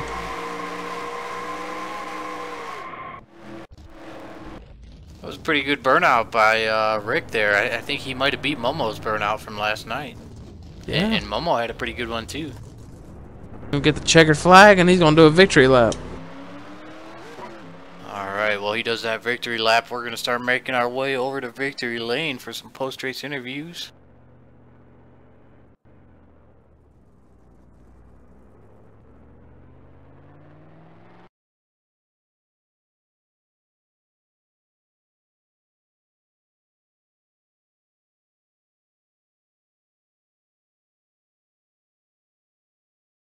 Alright, here we are in victory lane for some post-race interviews live from Homestead, DrunkenCowJerky.com, Thursday night Cup Series at Bomb Squad Racing. Tonight our race winner, the number 22 Ski Soda Chevrolet, driven by Rick Craddock. Rick, congrats on the win. Tell us about your race. I appreciate it, guys. That was a fun race. This track's definitely you can do some good racing on it. The low side or outside, either one, if you're set up for it, you can run well. Good job to Rick and Killa both. It was a good run. I got back there in the back at one point, and it took a while to get back up through through the crowd there, but once we got up front, I felt confident all night about my setup, and I knew I had a car. To be honest, I knew I had a car that could win this race. I just had to make sure I had to get it up front and get some track position there at one point. So, but it was a good run. Rick, we all night we were talking about the Rick and Rick show. You and Rick Johnson battled early on, battled towards the end there. How much fun were you having out there? It was awesome. We had some good running, and I appreciate, we tried to give each other room, and I appreciate the room that he gave me there on that last restart. I saw that he got up a little high and got into the wall. I don't think I pushed him up there. I hope I didn't. I was trying my best on the older tires to keep it down low as much as I could, but at the same time trying to run the line that I'd been running. And but I hope I didn't have anything to do with that. But it was a good run. We had a lot of fun battling. Well, Rick, we talked to you earlier in the race. Obviously, I'm sure Tex can appreciate you putting up the hardware for the Cup champion, and it's nice to see you get to go out there and get a broadcast win to end the season, so that we can recognize everything that you do here for BSR. Anybody you want to thank tonight? Well, I appreciate it, guys. I got a lot of hardware I got to ship out this week. I got everything going to Killa, and we're giving out trophies for the Iron Man, which is a trophy to every person that raced every race in all 3 series. I think we've got 5 drivers that did that, and to me, I think that's just awesome for anybody to be able to do that. So we got some trophies going for that, and just a big thank you to BSR just for having a wonderful league, the best out there. Thanks to all of our sponsors, Drunken Cow Jerky, Medicine Chest, gosh, I can't even remember everybody. I always have problems with that, but everybody that was involved, just really appreciate a great year. Pony Express, you guys have been awesome. There's not a better broadcast out there, and appreciate everything that you all have done. And hopefully this race will be a jump start for us next season. That's what I'm looking forward to. Well, congrats on the win. Thanks for the kind words and everything you do around here. And I would suggest that you stick with the ski paint job. Yeah, I think the green's here to stay for a while. All right, congrats. Kilojoules, second place tonight, 2 nights in a row. Second place. I know it's not what you want. Everybody races to win, but 2 back-to-back second places is nothing to complain about. Tell us about your race tonight. Well, tonight's second place was a whole lot more eventful than last night's second place. Kind of started out like last night. It was really loose, and it's like as the race went on, the car kind of came around. I was kind of just biding my time, just trying to stay out of trouble, and I finally got up front, and I got off sequence a little bit, and I got involved in a wreck, and then it was just kind of kept spinning around from there. That's kind of how it felt. Every time I turned, I was spinning around.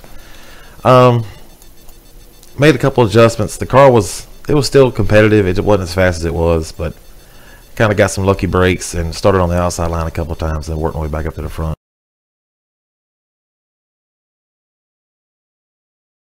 Jules, I forgot what I was going to ask. Jules, are you going to be racing tomorrow night in the Friday finale? More than likely I won't be here tomorrow. I had some prior commitments, but yeah, I mean, I'm gonna try to race next year more full time. I kind of came in halfway through the year like a part-time driver, but I'm gonna try to do full time next year. And I also got I think Hezzy's coming back next year as a teammate for me. So, and I'm looking to get a third guy to run with us over here, maybe part-time. Well, there you have it. Jules and Hardy, both very competent drivers. Perhaps link up with them for next year. Jules, congrats on the second place finish again tonight. Any shout outs you want to give? Yeah, first I want to thank Rick for supplying the trophies for everybody in the series. Also want to congratulate Texan on the championship. I want to say thanks for all the guys at BSR letting me come in during the middle of the season, especially during the chase and race with them. I tried to stay out of everybody's way and not cause any accidents or anything. I also want to thank you guys in the booth at Pony Express for broadcasting the races and all the interviews and all the stuff y'all do. I also want to thank Drunken Cow Jerky for being the series sponsor. Moving on to, well, we will not move on to third place. Rick Johnson is not here. So let's talk to our champion. We've been talking to our champion for quite a while tonight. He didn't finish the season, I'm sure, how he had hoped to. But Texan, you're the champ. Rick Craddock's got some hardware for you. Drunken Cow Jerky's got 5 flavors of jerky for you. What do you want to say about your championship? Well, first I'd like to, thank Rick for everything that he does for the league, and I have a lot of fun racing with him.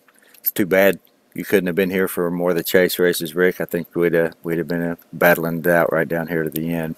Yeah, I think it would have been fun. Yeah. Also, Drunken Cow Jerky, they do a lot for BSR, and we really appreciate having them sponsor us. I'd like to encourage all y'all that are watching out there to visit drunkencowjerky.com, order you some beef jerky. They've got some great pepper spices as well. And, of course, you, Mark, and Pony Express, you've been with us all season, and you've done a great job broadcasting the races. They just got better and better, and we really appreciate everything you've done for us all year, and we appreciate Corey and Blake and all the other guys that have come in and done their guest announcing. It's been a great season. Looking forward to tomorrow night finishing it off. Hey, Killa, I just want to say congratulations on a championship, and couldn't ask for a better representative of this league and a true champion. And congratulations on a fantastic year. Thank you, Rick, man. I really appreciate that. So there you have it, our top 2 finishers, as well as our Thursday Night Cup champion. Corey, you have any questions or final thoughts on tonight's race? Well, everybody who's still viewing, I think we got about 10 still on there watching. If you enjoyed that, we got one more race tomorrow night live, same time, same place, same channel. One last ride for Pony Express and Bomb Squad Racing. So tune in tomorrow, 8:05 Central, 9:05 East, 7:05 Mountain, 6:05 Pacific Standard Time. What time is it going to be on in Korea? I didn't Google that one. Well, shit. All right, because so they're going to want to be watching over there. They're on. I think North Korea puts us on. I don't know. I think North Korea might have YouTube banned countrywide. Anyways, so there you have it. DrunkenCowJerky.com, Bomb Squad Racing. Tomorrow night will be the final race of championship week here in Homestead. Congrats to Rick Craddock on the championship. Jules on second, Rick Craddock on the win. Jules on second place. BSR Texan on the championship. We hope you enjoyed the show tonight. Thanks to the viewers who tuned in. Please join us again tomorrow night, as I'm going to hop in the car and I'm going to win the race. And I'm just going to use a GoPro to do the broadcast. I like it. You can do it. Great idea. I can do it. Thanks to Corey for the help, and Blake as well. And we hope you enjoyed tonight's show. We'll see you again tomorrow night.